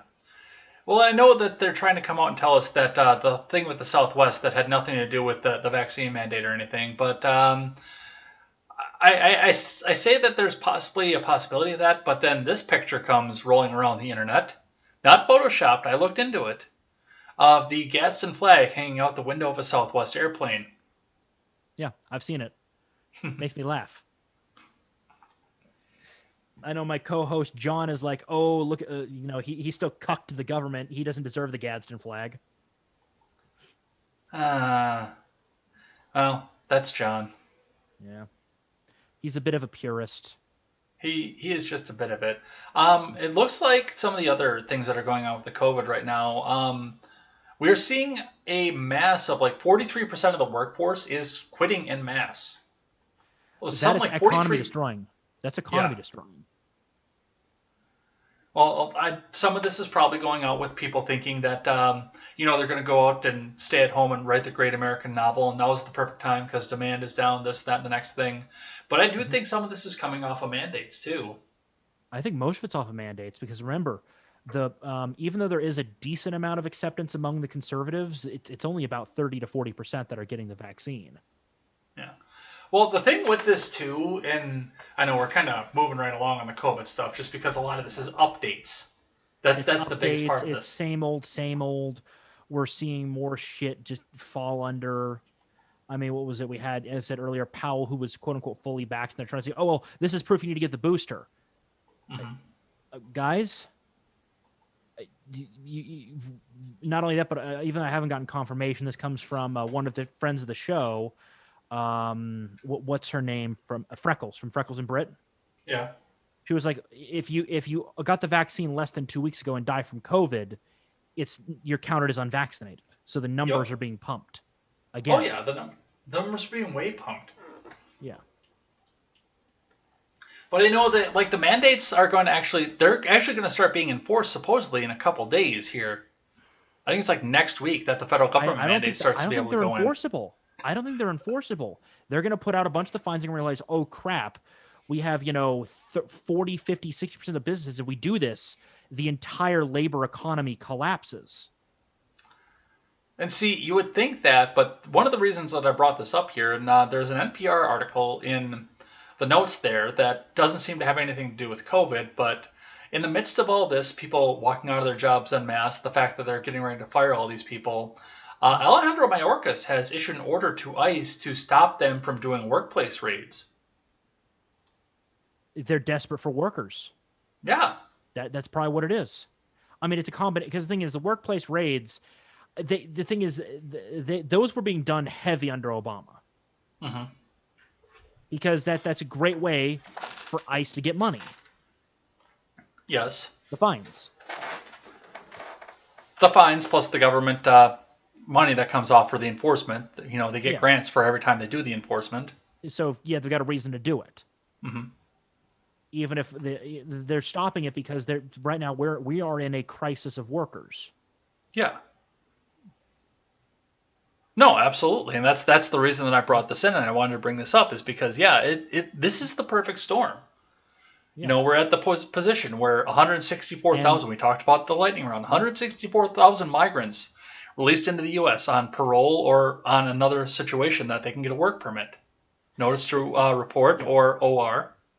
Here's the problem: there aren't enough of them, and they're not well trained enough for a lot of the jobs that are going to start disappearing. Mm-hmm. Because the thing is, I can tell you, my work, you can't just plop a Haitian migrant into my position and expect it to go well. No, that would have to be an Indian migrant. No, they're worse. Oh God, Indian tech guys are terrible. I'm Dave from AT&T. Yeah, basically they have a little bit of tech knowledge, but nowhere near enough to do the job right. I remember that joke from Big Bang. You ever seen The Big Bang Theory? I've seen a few episodes. It gets chuckles, but it's not that good because it's fake nerd culture is what they're showing in that show. It's fake. Oh, Raj came out one day and says, "No, I heard this from." He was talking about one of his cousins. He says, "Yeah, we got this reporting in from my cousin Sanjay, or as you might know him, Dave from AT&T."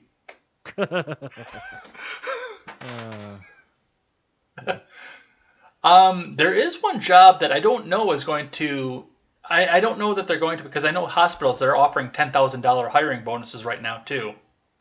I had that article up here from the Daily Caller, but the big one that I wanted to talk about here, and I'm going to find a way to reach out to this woman and see if she wants to help launch the Turn Some Pages Productions thing, because if she's going to get fired from her big media job, anywhere else she's going to go is going to require the jab, except for if you go to a small startup private company.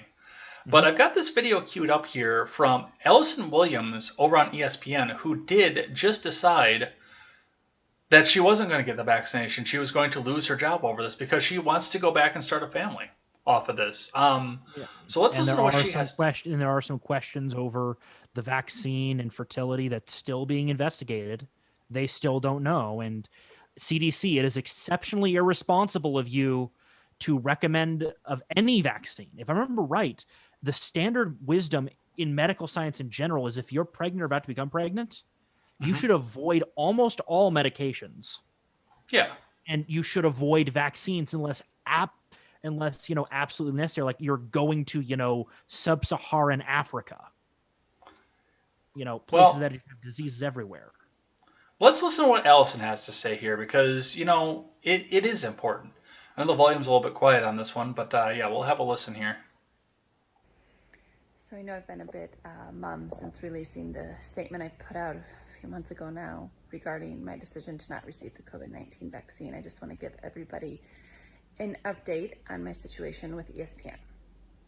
And a great producer once told me, don't bury the lead. So I have been denied my request for accommodation by ESPN and the Walt Disney Company, and effective next week, I will be separated from the company. First of all, thank you, everyone who reached out and texted, emailed, called, messaged me. I can't tell you how much light it brought in a really dark and difficult time. And I've also had a lot of people, and women in particular, reach out and share their stories in regards to fertility and getting the injection. And to the women who got it and are having successful pregnancies. I didn't catch this when I listened to this morning, but she didn't say vaccine. She said injection. Probably just a slip of the tongue. Huh. Have babies in their arms. I'm beyond thrilled for you. Congratulations. That's amazing and terrific. And I believe you. To the women who have reached out and shared their experiences of getting the injection and subsequent miscarriages, menstrual irregularities, periods after menopause, I am so sorry that is your experience. And I pray for you, and I believe you. Belief is a word I've been thinking about a lot lately, because in addition to the medical apprehensions regarding my desire to have another child in regards to receiving this injection, I am also so morally and ethically not aligned with this. And I've had to really dig deep and analyze my values and my morals. And ultimately, I need to put them first. And the irony in all this is that a lot of those same values and principles I hold so dear are what made me a really good employee and probably helped with the success that I've been able to have in my career. All right, that's where I'm going to drop that one. Allison Williams, call me. Let's work something out. She'll probably go to Ben Shapiro's thing well before she'd go to you. Fuck off. You don't have Ben Shapiro money to throw around. I'm sorry. And it wasn't that long ago that those values... We're done listening to you right now.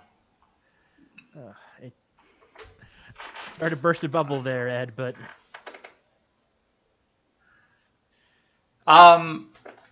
Yeah, I mean, this is all the kind of stuff that we need to be thinking about. To have somebody in such a big name, and especially in mainstream media, that's come out and make this decision. It's just one of those things that, guys, we have these things called informed consent laws. These mandates are directly violating them. And the few court cases that people are pointing to predate those laws, by the way. Not only that, but there's a nickname for them in some legal circles. They're called the eugenics decisions. One of them they point to led to the forced sterilization of the mentally disabled and of minority women. So do you guys really want to be on that side of this? Just asking for all of you. Do you really want to be on that side of this argument where the government can mandate decisions? Because how long before the government starts mandating abortions for, abortions for population control? For climate reasons? How long I don't before know. you forcibly sterilize people?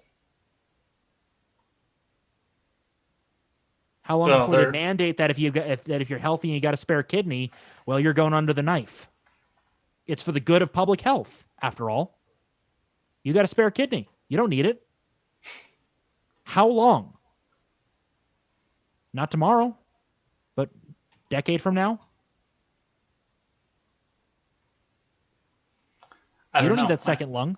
You don't need that second lung. You don't need half your liver. Also, if you die, you can't opt out of donating your organs, no matter what your beliefs are. You guys are opening up a can of worms that you really don't want to be opening up. Because if you lose power and you allow these laws to exist, they will be used against you.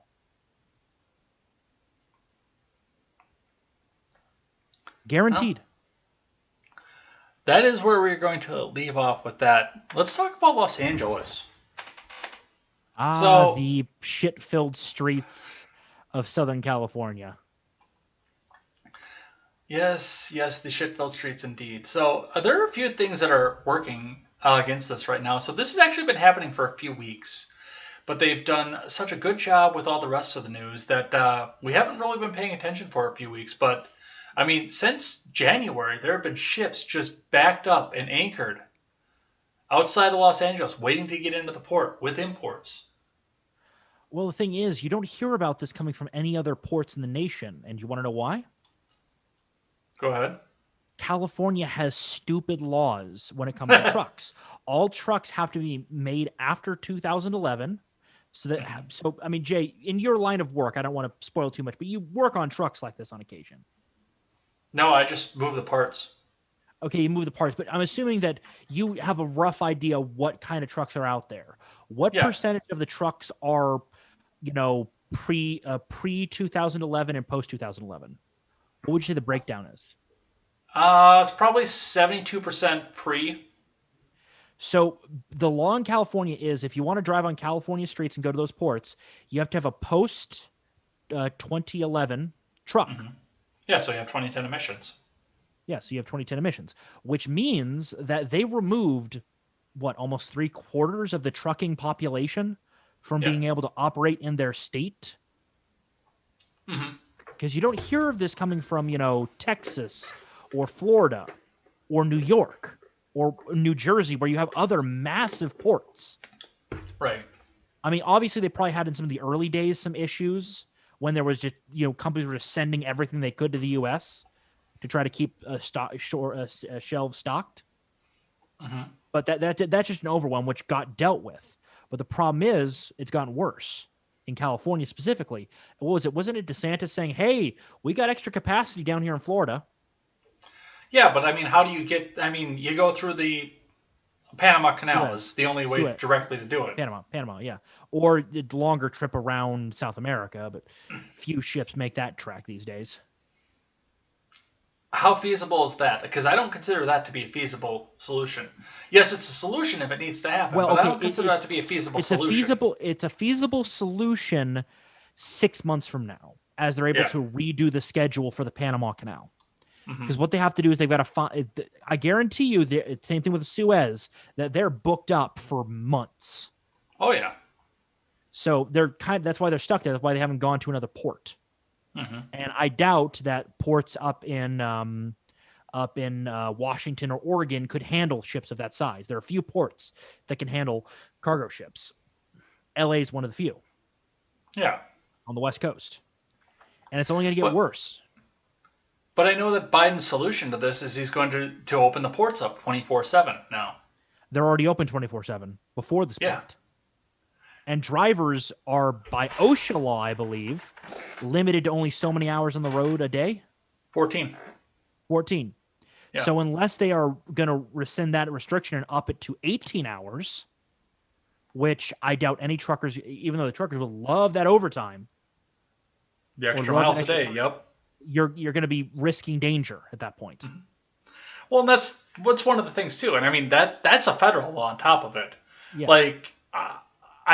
the way I understand my CDL, my driver's license, even though it's not enforceable, it is illegal for me in my passenger vehicle to drive more than 14 hours a day. Which makes no sense. I mean, you think they'd at least tie it to a commercial vehicle and operate. And there's no way to enforce it because I don't keep a logbook in my personal vehicle, but The way I understand it, yeah, it's illegal for me to drive more than 14 hours a day. Yeah. In my personal vehicle. I doubt it's ever been enforced. Mm-hmm. I think the only time it may have been enforced is if somebody did something really stupid, like they drove for 24 hours in their own personal car and crashed it and hurt someone, and they just used that as an extra, knife in the back to twist. Yeah, who would do something like that? The government? No, who would drive for 24 hours like that? Who would do something like that? There are plenty of people that would. The most I've driven in a day is probably 13 to 14 hours. I've done 17. Yeah. I was not happy doing that many hours, but, I can do it. And I generally need a day or two to recover. Well, and yeah, I mean, we're sitting there. You can open those up 24/7 all you want. You have no workforce, and you have no people to get the stuff out of the harbor. And the thing is that harbor's been having trouble since what?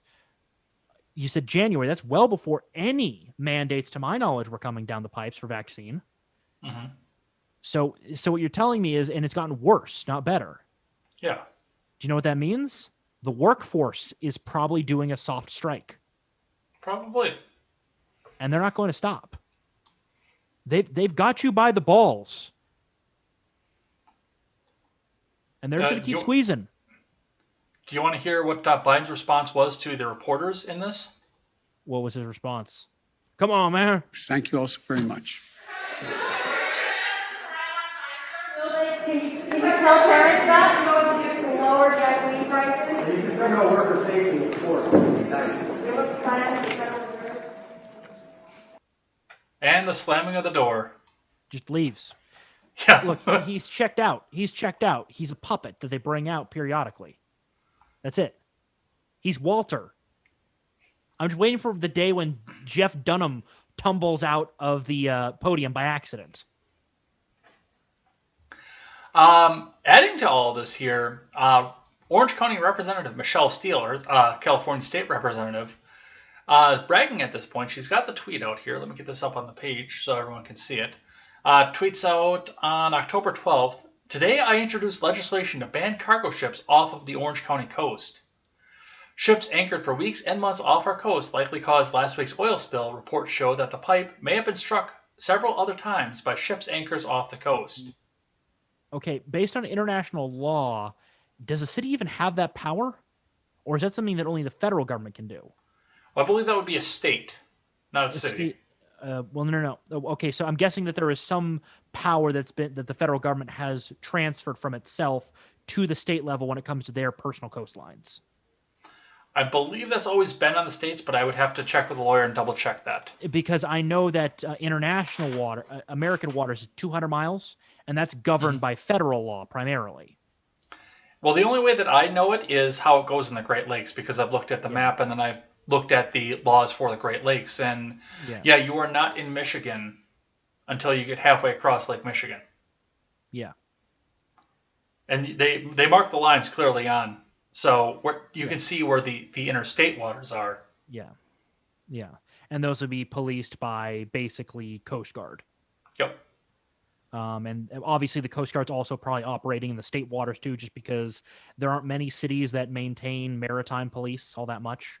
They may have a special, they may have a unit that deals with it, but we're talking, specialists. And they're usually there to deal with things like, drunk fishermen's causing trouble. Mm-hmm. To other so fishermen. if it's 200 miles beyond the coast by international law, I do believe that would be 200 miles beyond the state coast would be enforced by state laws. Got it. So basically there's a delineating line. But the problem is that means that they're basically going to have to, where are they going to park these guys? Well, and we looked at some of this too, but the answer, because Michelle Steele was asked that question directly. Her answer was anywhere but the Orange County coast. So you're going to kick the problem to the to Santa Barbara, to LA itself, to San Diego. You're gonna just basically, and then think each of them are gonna do the same thing. And then what are these ships gonna do at that point? They're gonna have to go into deeper water, and you don't anchor ships in deep water unless you are desperate. Mm-hmm. And you know what these companies are gonna do? All right, fuel up at this port and get back. We're canceling the orders, and have to redo the schedule, making it even worse. They'll go back to China. They'll go to Japan. They'll go to Taiwan. They will go back if they are given no other choice. Or they'll just wait it out and just have, a tanker come along to refuel it and bring some food for the crew. And that crew is going to be pissed because they're losing their bonuses. Yeah. Or they're going to be paid a bonus, and it's going to piss the company off. Or they might have to go through the Panama Canal, like we said, which is a pain in the ass on top of it. Yeah, because that's an extra few thousand miles. Yeah, and they have to go to ports in Texas, Mexico, Louisiana. I think Alabama's got some coastline. Yep. Florida, or even further, they may have to go all the way up to New Jersey. Their ship might be big enough that it has to go to Jersey. Not only that, but there are some ships that I think are called Suez class or something like that is the term they're used. They're just small enough to fit through the Suez Canal, and they won't fit through the Panama Canal. So they basically, those ships only operate in the Pacific pretty much. Or if they're doing a long journey, they'll go around the Horn of Africa or through the Suez Canal if they can, and they'll go basically East Coast if they can't go West Coast. Yeah. So they've got to go basically trans global voyage. All right. We have got to keep moving. We got a couple other things we got to talk about here. Just a little bit of live chat here because Ron has finally decided to pop up and talk here. He's got a couple of comments here. Ron says, over 14 and you have truckers falling asleep at the wheel and killing somebody's sister. Yeah. Mine. So I guess he must have lost his sister to a trucker. Yeah. F in the chat. We're talking about theoretically if they wanted to get some more time out of people, they'd have to lift the mandate a little bit. F in the chat. Ron says also, these ships did not cause the oil spill. California is at fault. All of their moronic laws. Yeah. All right. Let's talk Chappelle. Let's see if I can do this without getting popped. So this week, continuation once again last week, Netflix has come out and confirmed they will not remove Dave Chappelle's special, The Closer. Calling in, talking about what's going on with this, of course. We've seen the fact that the trans employees that started the stuff that we talked about last week, started the complaints, started the begging to get the special taken off the air, as so it were. They have been suspended without pay, some of them also being fired at this point because they attempted to storm into a CWal meeting to which they were not authorized to be in. Okay, I know a little bit about C-level executives. Once you get to multi-billion-dollar levels of company, the C-level executives, you never want any of them to know your name under pretty much any circumstances, unless you literally just save the company millions upon millions of dollars. Unless you're like the hero of the company, you never want the CEO to know who you are. You should just be one name among a sea of other names that at most he might go, okay, I'm just looking over the roster for whatever stupid reason, go, oh, that's an interesting name. That's the most you want normally. And then they move on and forget about your existence. Because C-level executive, they have the power to get you fired. Guaranteed. Right. Any of them. Doesn't matter. You could be in marketing and piss off the CTO. He will call in a favor with your, he will call in a favor if you piss him off enough. Well, the reason this is back up in the news and the reason that we're actually going to watch a segment of the special and hopefully not get popped by YouTube is the fact that, yes, now coming up supposedly in 2 days on October 20th, members of Netflix's employee resource group Trans Asterisk and their allies will take a day of rest, prompted by concerns about Chappelle's The Closer, which includes several transphobic remarks. Now, the reason that I want to talk about this when I look at this is the fact that, yes, I listened to the full special today. If you listen to the end, Dave has nothing but respect for a lot of the trans people that he knows. Yeah. Not only that, but guys, you do realize that he is still using the arguably very racist Blame It on Whitey Act, right? Not so much. Okay, if you swapped white and black, would it be called racist? Possibly. Yep. No, it would be called racist. because he's talking about them as a monolith and the problem and the cause of a lot of problems. Mm-hmm. So it's one of those things that I as long as the thing is, from what I understand, Dave Chappelle is fine with racist comedians as long as they are, performing the craft. Right. Yeah. As long as they're not legitimately advocating for bad shit to happen, he doesn't complain. If he did start complaining about this white comedian talking about the black comedian, he shouldn't be allowed to do that. If he said that, then he deserves to be canceled because he's engaging in that culture. If you engage in that culture, you live by the sword, die by the sword. You deserve it. It's why I never defend cancel culture warriors that get canceled. I will never lift a finger to help them. Yeah. The most I will do is once they are at their lowest, I will go, if you are renouncing everything you once were, I will help pick you up. But you have to renounce everything. You have to admit you're wrong and that you were evil. Then you can go on a path of redemption. Well, see, the big thing with the transgender argument off of this, and I listened to this this special for the first time today.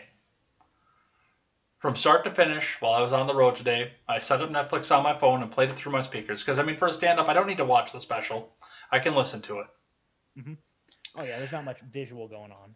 And all the transgender jokes happened at the end of the special. Mm-hmm. Which begs the question to me of how they managed to get around this joke and not complain about this one.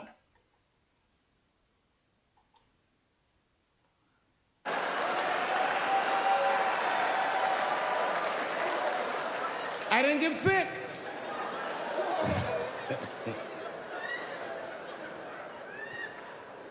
I also saw a lot of videos of UFOs. I mean, what the fuck has been going on with that shit? These niggas are here. These UFOs keep coming to Earth, and it made me think of an idea for a movie. It sounds dumb, but hear me out. In my movie idea, we find out that these aliens are originally from Earth. That they're from an ancient civilization that achieved interstellar travel and left the Earth thousands of years ago. Some other planet they go to, and things go terrible for them in the other planet. So they come back to Earth, decide that they want to claim the Earth for their very own. It's a pretty good plot line, huh? I call it Space Jews. Oh, yeah, I saw that one. I was saying, Jesus Christ, what are you doing? How did they get around that joke to get to the transgender stuff? Well, the thing is, remember, the left is fine with making jokes at that group unless it's not politically convenient for them. I mean, remember, the Labor Party booed off or tried to boo off the stage someone saying that, no more anti-Semitism in the Labor Party, and they were booing him off the stage. Let's see. McConnell Smuggles Coke has joined us here. Apparently his web app is done, so I'll have to contact him and figure out what's going on with that. Let's see. What kind of thumbnails is speaking to me? What kind of thumbnail is speaking to McConnell Smuggles Coke? Is he referring to me? I'm guessing. Yes, this is me. This is CWal. I'm part of the Porch Boys. This is what I look like. Also, Demon Slayer Season 2 is out. Good luck with life. And he'll be back in a bit. I don't know what Demon Slayer Season 2 is. Demon Slayer is a very popular anime that I think is is like a Netflix partial exclusive, or it's shared between them and Funimation. It's fairly popular. I never watched it. I mean, there's a funny video. Was it a redneck talks about anime or something like that, and it's like, you keep your sister gagged and in a box. Yeah, I've been there. Because that's one of the plot points of the series. The main character's sister is like part demon or something, or fully demon, and he basically keeps her gagged and in a box because she loses control. Nice. That's the most I know about it. All right, I got one more thing I want to touch on here before we do Surprise Stupidity and head out of here for the day. Double Surprise Stupidity for the day. This one comes to us from the Dissociated Press because the Shat has gone to space. My acting is going Shatner. Oh no, Mr. Spock, get the tricorder and contact Bones before I can't stop myself. William Shatner this past week became the oldest person to go to the edge of space. They have hurtled to an altitude of 66.5 miles. Shatner was able to experience brief weightlessness. He was apparently able to get through all the physical tests that went along with this, which surprises me. Well, remember, he's only going there for a very brief time. We're not talking about multiple weeks at 0G, which require a very specialized diet, lots of exercise to try to limit the loss of bone and muscle. Mm-hmm.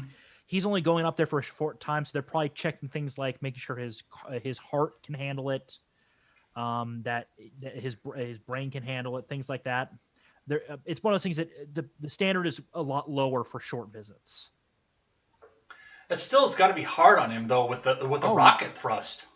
Yeah, that's what would concern me more than the weightlessness. We're talking. What was it? I think it's like 6 or 7 Gs at takeoff, which gets lower as the further you go up because acceleration it slows down over time. Mm-hmm. But it's one of those things. But also, he went up and that's cool. He did some stuff. And one thing that I find funny is I know why he was given this ticket. Because there's the pissing contest between Bezos and Elon Musk. Yep. And Bezos now can claim I sent Captain Kirk to space. Well, Bezos was he's a big Trek fan. I don't know if Musk is as well, but Bezos was actually in Star Trek Beyond. I don't know if you realize that or not. You mean he had a brief cameo? Yeah, he also funded it. But yeah, he had a brief cameo in Star Trek Beyond. Well, he's like a crewman or something? I believe he was an alien. Okay, got it. Makes sense. But the reason that this also didn't made it into a main topic instead of a lightning round topic was the fact that almost immediately after, George Takei got involved in this. Reading from page 6, and I'm actually going to put this one up on the screen just because it's funny enough. George Takei calls William Shatner an unfit guinea pig after spaceflight. George Takei's Someone's salty. Someone's salty and very jelly. George Takei's decades-long feud with William Shatner is rocketing into space. The Star Trek actor threw enough shade at his former on-screen captain to cause an eclipse as he dismissed Shatner's flight this week on Jeff Bezos' Blue Origin capsule and described him as not the fittest specimen. "He's boldly going where other people have gone before," snarked Takei, 84, when page 6 asked him what he thought of Captain Kirk's brief trip Wednesday to the edge of space.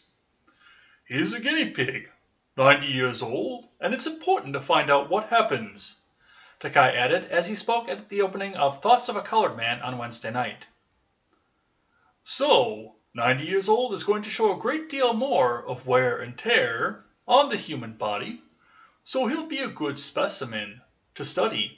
Although he's not the fittest specimen of 90 years old, so he'll be a specimen that's unfit." Okay. Takei?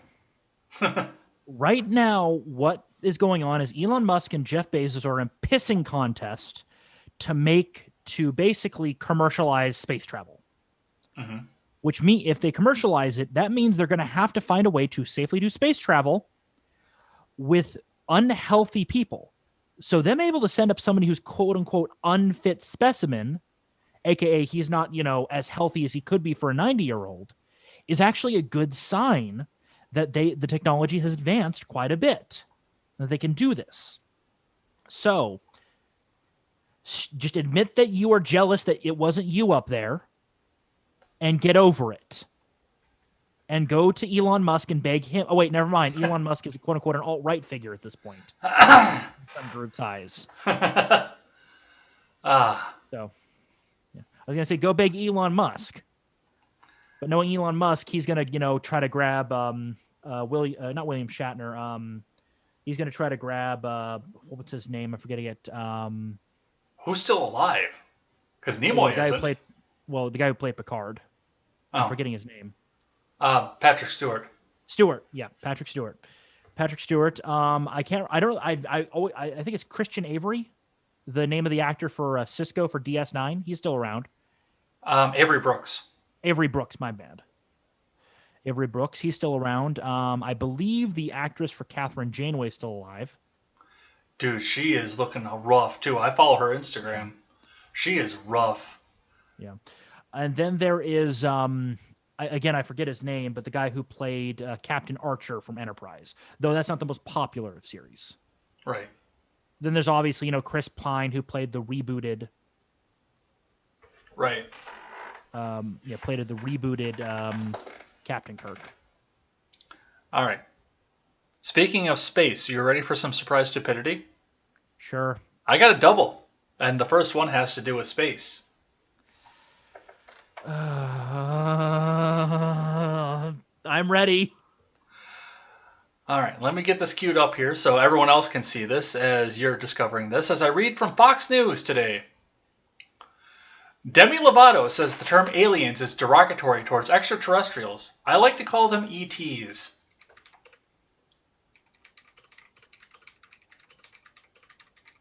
You are typing in a hell of a hurry for me just saying that. Oh, I'm dealing with my co-host in the chat. But basically, okay, Demi Lovato. It is the succinct word that has no negative connotations. That is descriptive.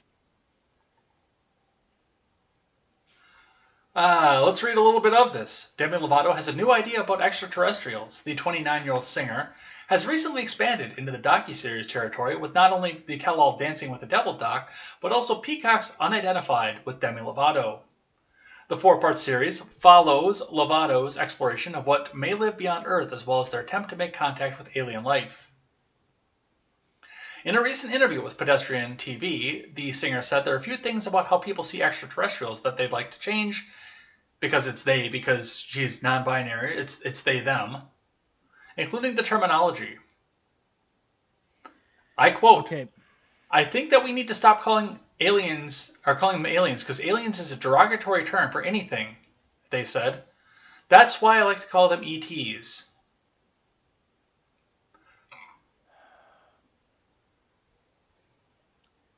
First off, we don't even know if we in our lifetimes or even our grandkids' lifetimes will speak with intelligent life. We know that there potentially is life off of Earth. We know that. Mm-hmm. Bacterium. We found evidence of fossilized bacterium on Mars. So we know that it can exist off of Earth. Oh, you saw the chat too, didn't you? Yeah, I did. And 2, we have no idea what the aliens politically are going to be. My money is on probably on hyper-racist eugenicists. Well, it's interesting you bring that up because Lovato goes further. Furthermore, Lovato says that they're particularly irked by misconceptions that extraterrestrials are harmful or they'll come and take over the planet. I quote, I really think that if there's anything out there that would want to do that to us, it would have happened by now, they suggested. No. First off, we are technologically a backwater if somebody has figured out FTL travel. We're technologically a backwater. There's a lot of us. And if you're dealing with a species that can fly, at FTL speeds, Earth is pretty kind of craptastic for minerals. Yeah. Good for us, not good for aliens because they've got access to, Mars-like planets that have very thin atmospheres that are full of minerals. They've got moons around gas giants where they could harvest potential fuel sources.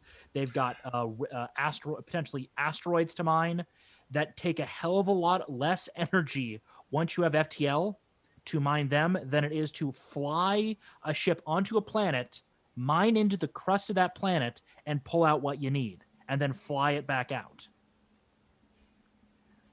Of course, there'll always be planet-side or terrestrial mining. That will always exist. It's got a purpose. But it's always going to be more for, consumer goods on the ground. But just don't call them aliens, because that's derogatory. I'm going to call them what I damn well feel like. And if it turned up to the Quarians, I want my Quarian waifu. That sounds like weeb stuff, and I don't know anything about that. Quarian is a species from Mass Effect. What do you think is the number one You've already heard a little bit of a teaser of the second one here, so let's watch an interpretive dance and listen to the number one contributing factor of global warming. What do you think is the number one contributing factor to global warming? Agriculture? The fashion industry? Something else? I'll tell you a secret. It's the U.S. military. The U.S. military is the world's largest consumer of oil. It's the world's biggest polluter. Our armed forces create 750,000 tons of toxic waste every year. Depleted uranium, jet fuel, pesticides, lead, and other chemicals too. Do you think it's a coincidence that the military emissions are often overlooked by climate studies? The Kyoto Protocol! That's why. There are actually very few things we can do that are as environmentally catastrophic as war. I think we all can see the irony that we fight these wars in order to get oil. But if we didn't fight these wars, we wouldn't need the oil. Not as much. We're like a snake eating its own tail. There are 800 military bases around the world. Wait, are there 800 countries? There aren't. There's only 194. I'm not a mathematician, but that sounds really excessive. I know a lot of people don't want to hear this, but the only way we're going to reduce climate change is less money to the Pentagon. We can't keep supporting the military machine. I know what you're going to say.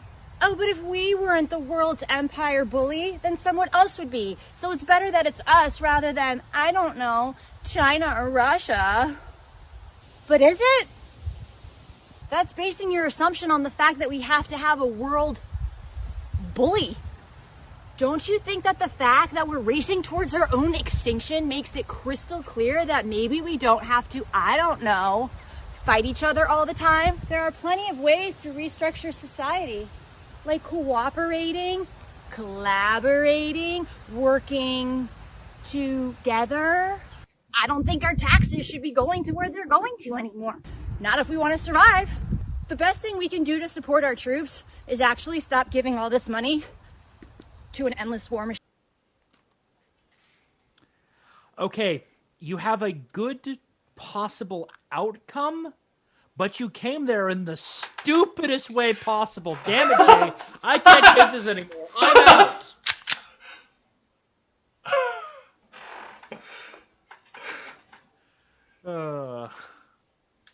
I'm done with that. Jesus Christ. That is some of the... Look, honey, you do realize that, yes, the U.S. military is a pretty big polluter. How's the Chinese military? How's the Russian military? How is China itself burning all that coal? Well, and I mean, I look onto this too, and I mean, I understand where she's coming from off of this too, and you know, once again, being around commercial vehicles for work, I understand, and I know the fact that military vehicles don't have to conform to the same emission standards as a commercial vehicle does, because they need to be bulletproof, which means they got to remove as many parts as possible, and a lot of that emission stuff is just, you know, what is it? I'm guessing it's pretty finicky, pretty sensitive, needs a good amount of maintenance. So guess what's getting chucked on the pile? Yeah, from the military vehicle. No DPF, no DOC, no DEF. They might None have of that. Well, they might have a catalytic converter. Nope. Nope, they don't have that. Got it. So they're just basically a muffler, and that's it. Yeah. Not only that, but honey, do you know what? Do you know what type of engines are the most common gas burners in the military? Jet engines and gas turbines that work on a completely different principle.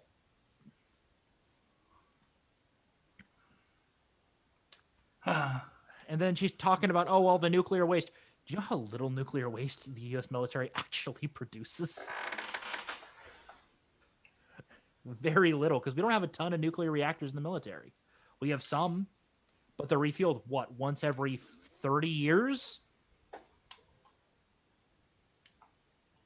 Something like that. I have no idea. I mean, that's a pretty good fuel. That's a pretty good fuel economy. I mean, if you had to refuel your vehicle once every 30 years, I'm sure you'd jump at that. Probably. Were you surprised and stupefied enough by my surprise stupidity today?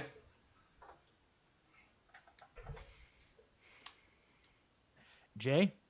What's up? I'm sorry. I'm going to have to tread on you after this. I'm getting the boys together, and we're going to make you governable, whether you like it or not. Like I say, it was the interpretive dance that just threw that off for me. I don't. What is their obsession with interpretive dance? What is it? What is it even? It's the modern art of dance. It makes no sense. Look, I understand that there are some types of modern art that are based on patterns, like stuff based on fractal designs or things that do stuff with color theory that can be interesting, but skill-wise, they don't take a lot to pull off. Right. Whereas, Baroque style artwork or stuff from the Renaissance, I mean, Jesus Christ, you've seen some of those basically photorealistic portraits from the masters. Oh, yeah. And you're just stupefied that how did they pull this off? Because you saw the art that came before it, which was pretty decent in the Middle Ages times, but it was very simplistic in comparison. Mm-hmm. I mean, we mainly get a lot of stuff in manuscripts, to be honest, so there's a lot less space to work with, but...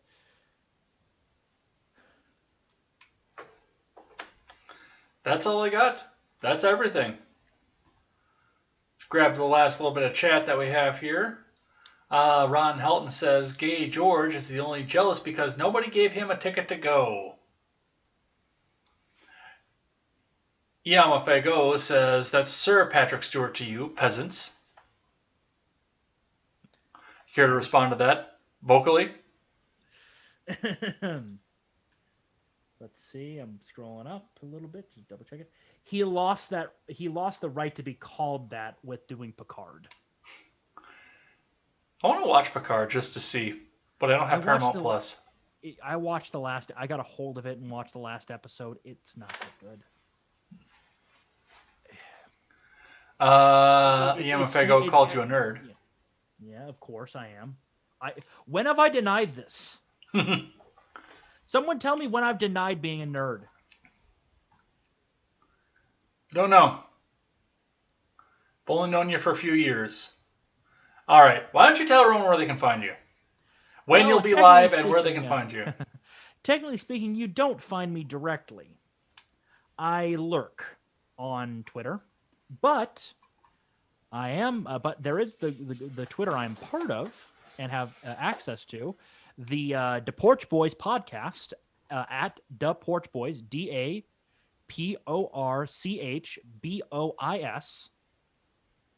We do a kind of a podcast live stream every Tuesday, starting at, let me double check it, 8 p.m. Central Time, the true time zone, not like that fake Eastern time zone people talk about. But we pretend it exists because, John is not the best at math. He has trouble converting time zones. I'm sorry, I've got to reveal this fact. But so we do it at 8 p.m. Central, 9 p.m. Eastern. We run for about a little over 2 hours every week on Tuesdays. So tomorrow night we'll be doing a call-in show more than likely. So we'll be getting that all set up tomorrow, so you guys can call in. You can join our Discord, which unfortunately isn't in the description down there. But what I'll do is I will post a link to our Discord in J. Edgar's Discord. So if you join J. Edgar's Discord, you can then join the Porch Boys Discord. So I'll be doing that right now. Let's see. So invite. I just put your channel ID in the live chat too. Got it. Yep. Thank you. It's also over there.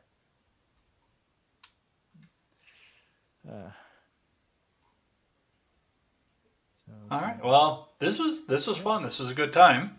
I think we should throw some music up and sell the wares. What do you think? Play us out of here, Johnny.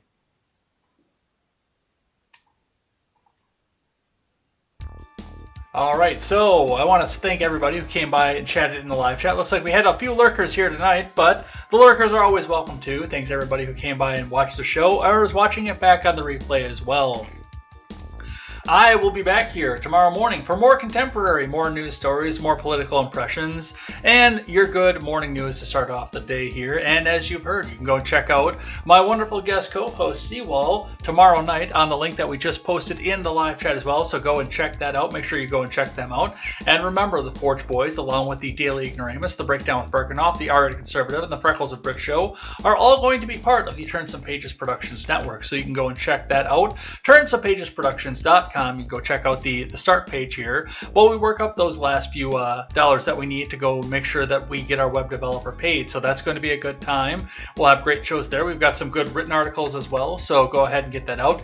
We will be teaming up with Untyranny.com as well as sort of a Blaze and Daily Wire relationship. So they'll be an independent company, but we are going to be doing some work with them as well to go make sure that the message and the news comes out in ways that they come from the common man for the common man, because, you know, that's always been my dream. You always get your news from somebody in a suit that costs more than your house, and I don't think that's right.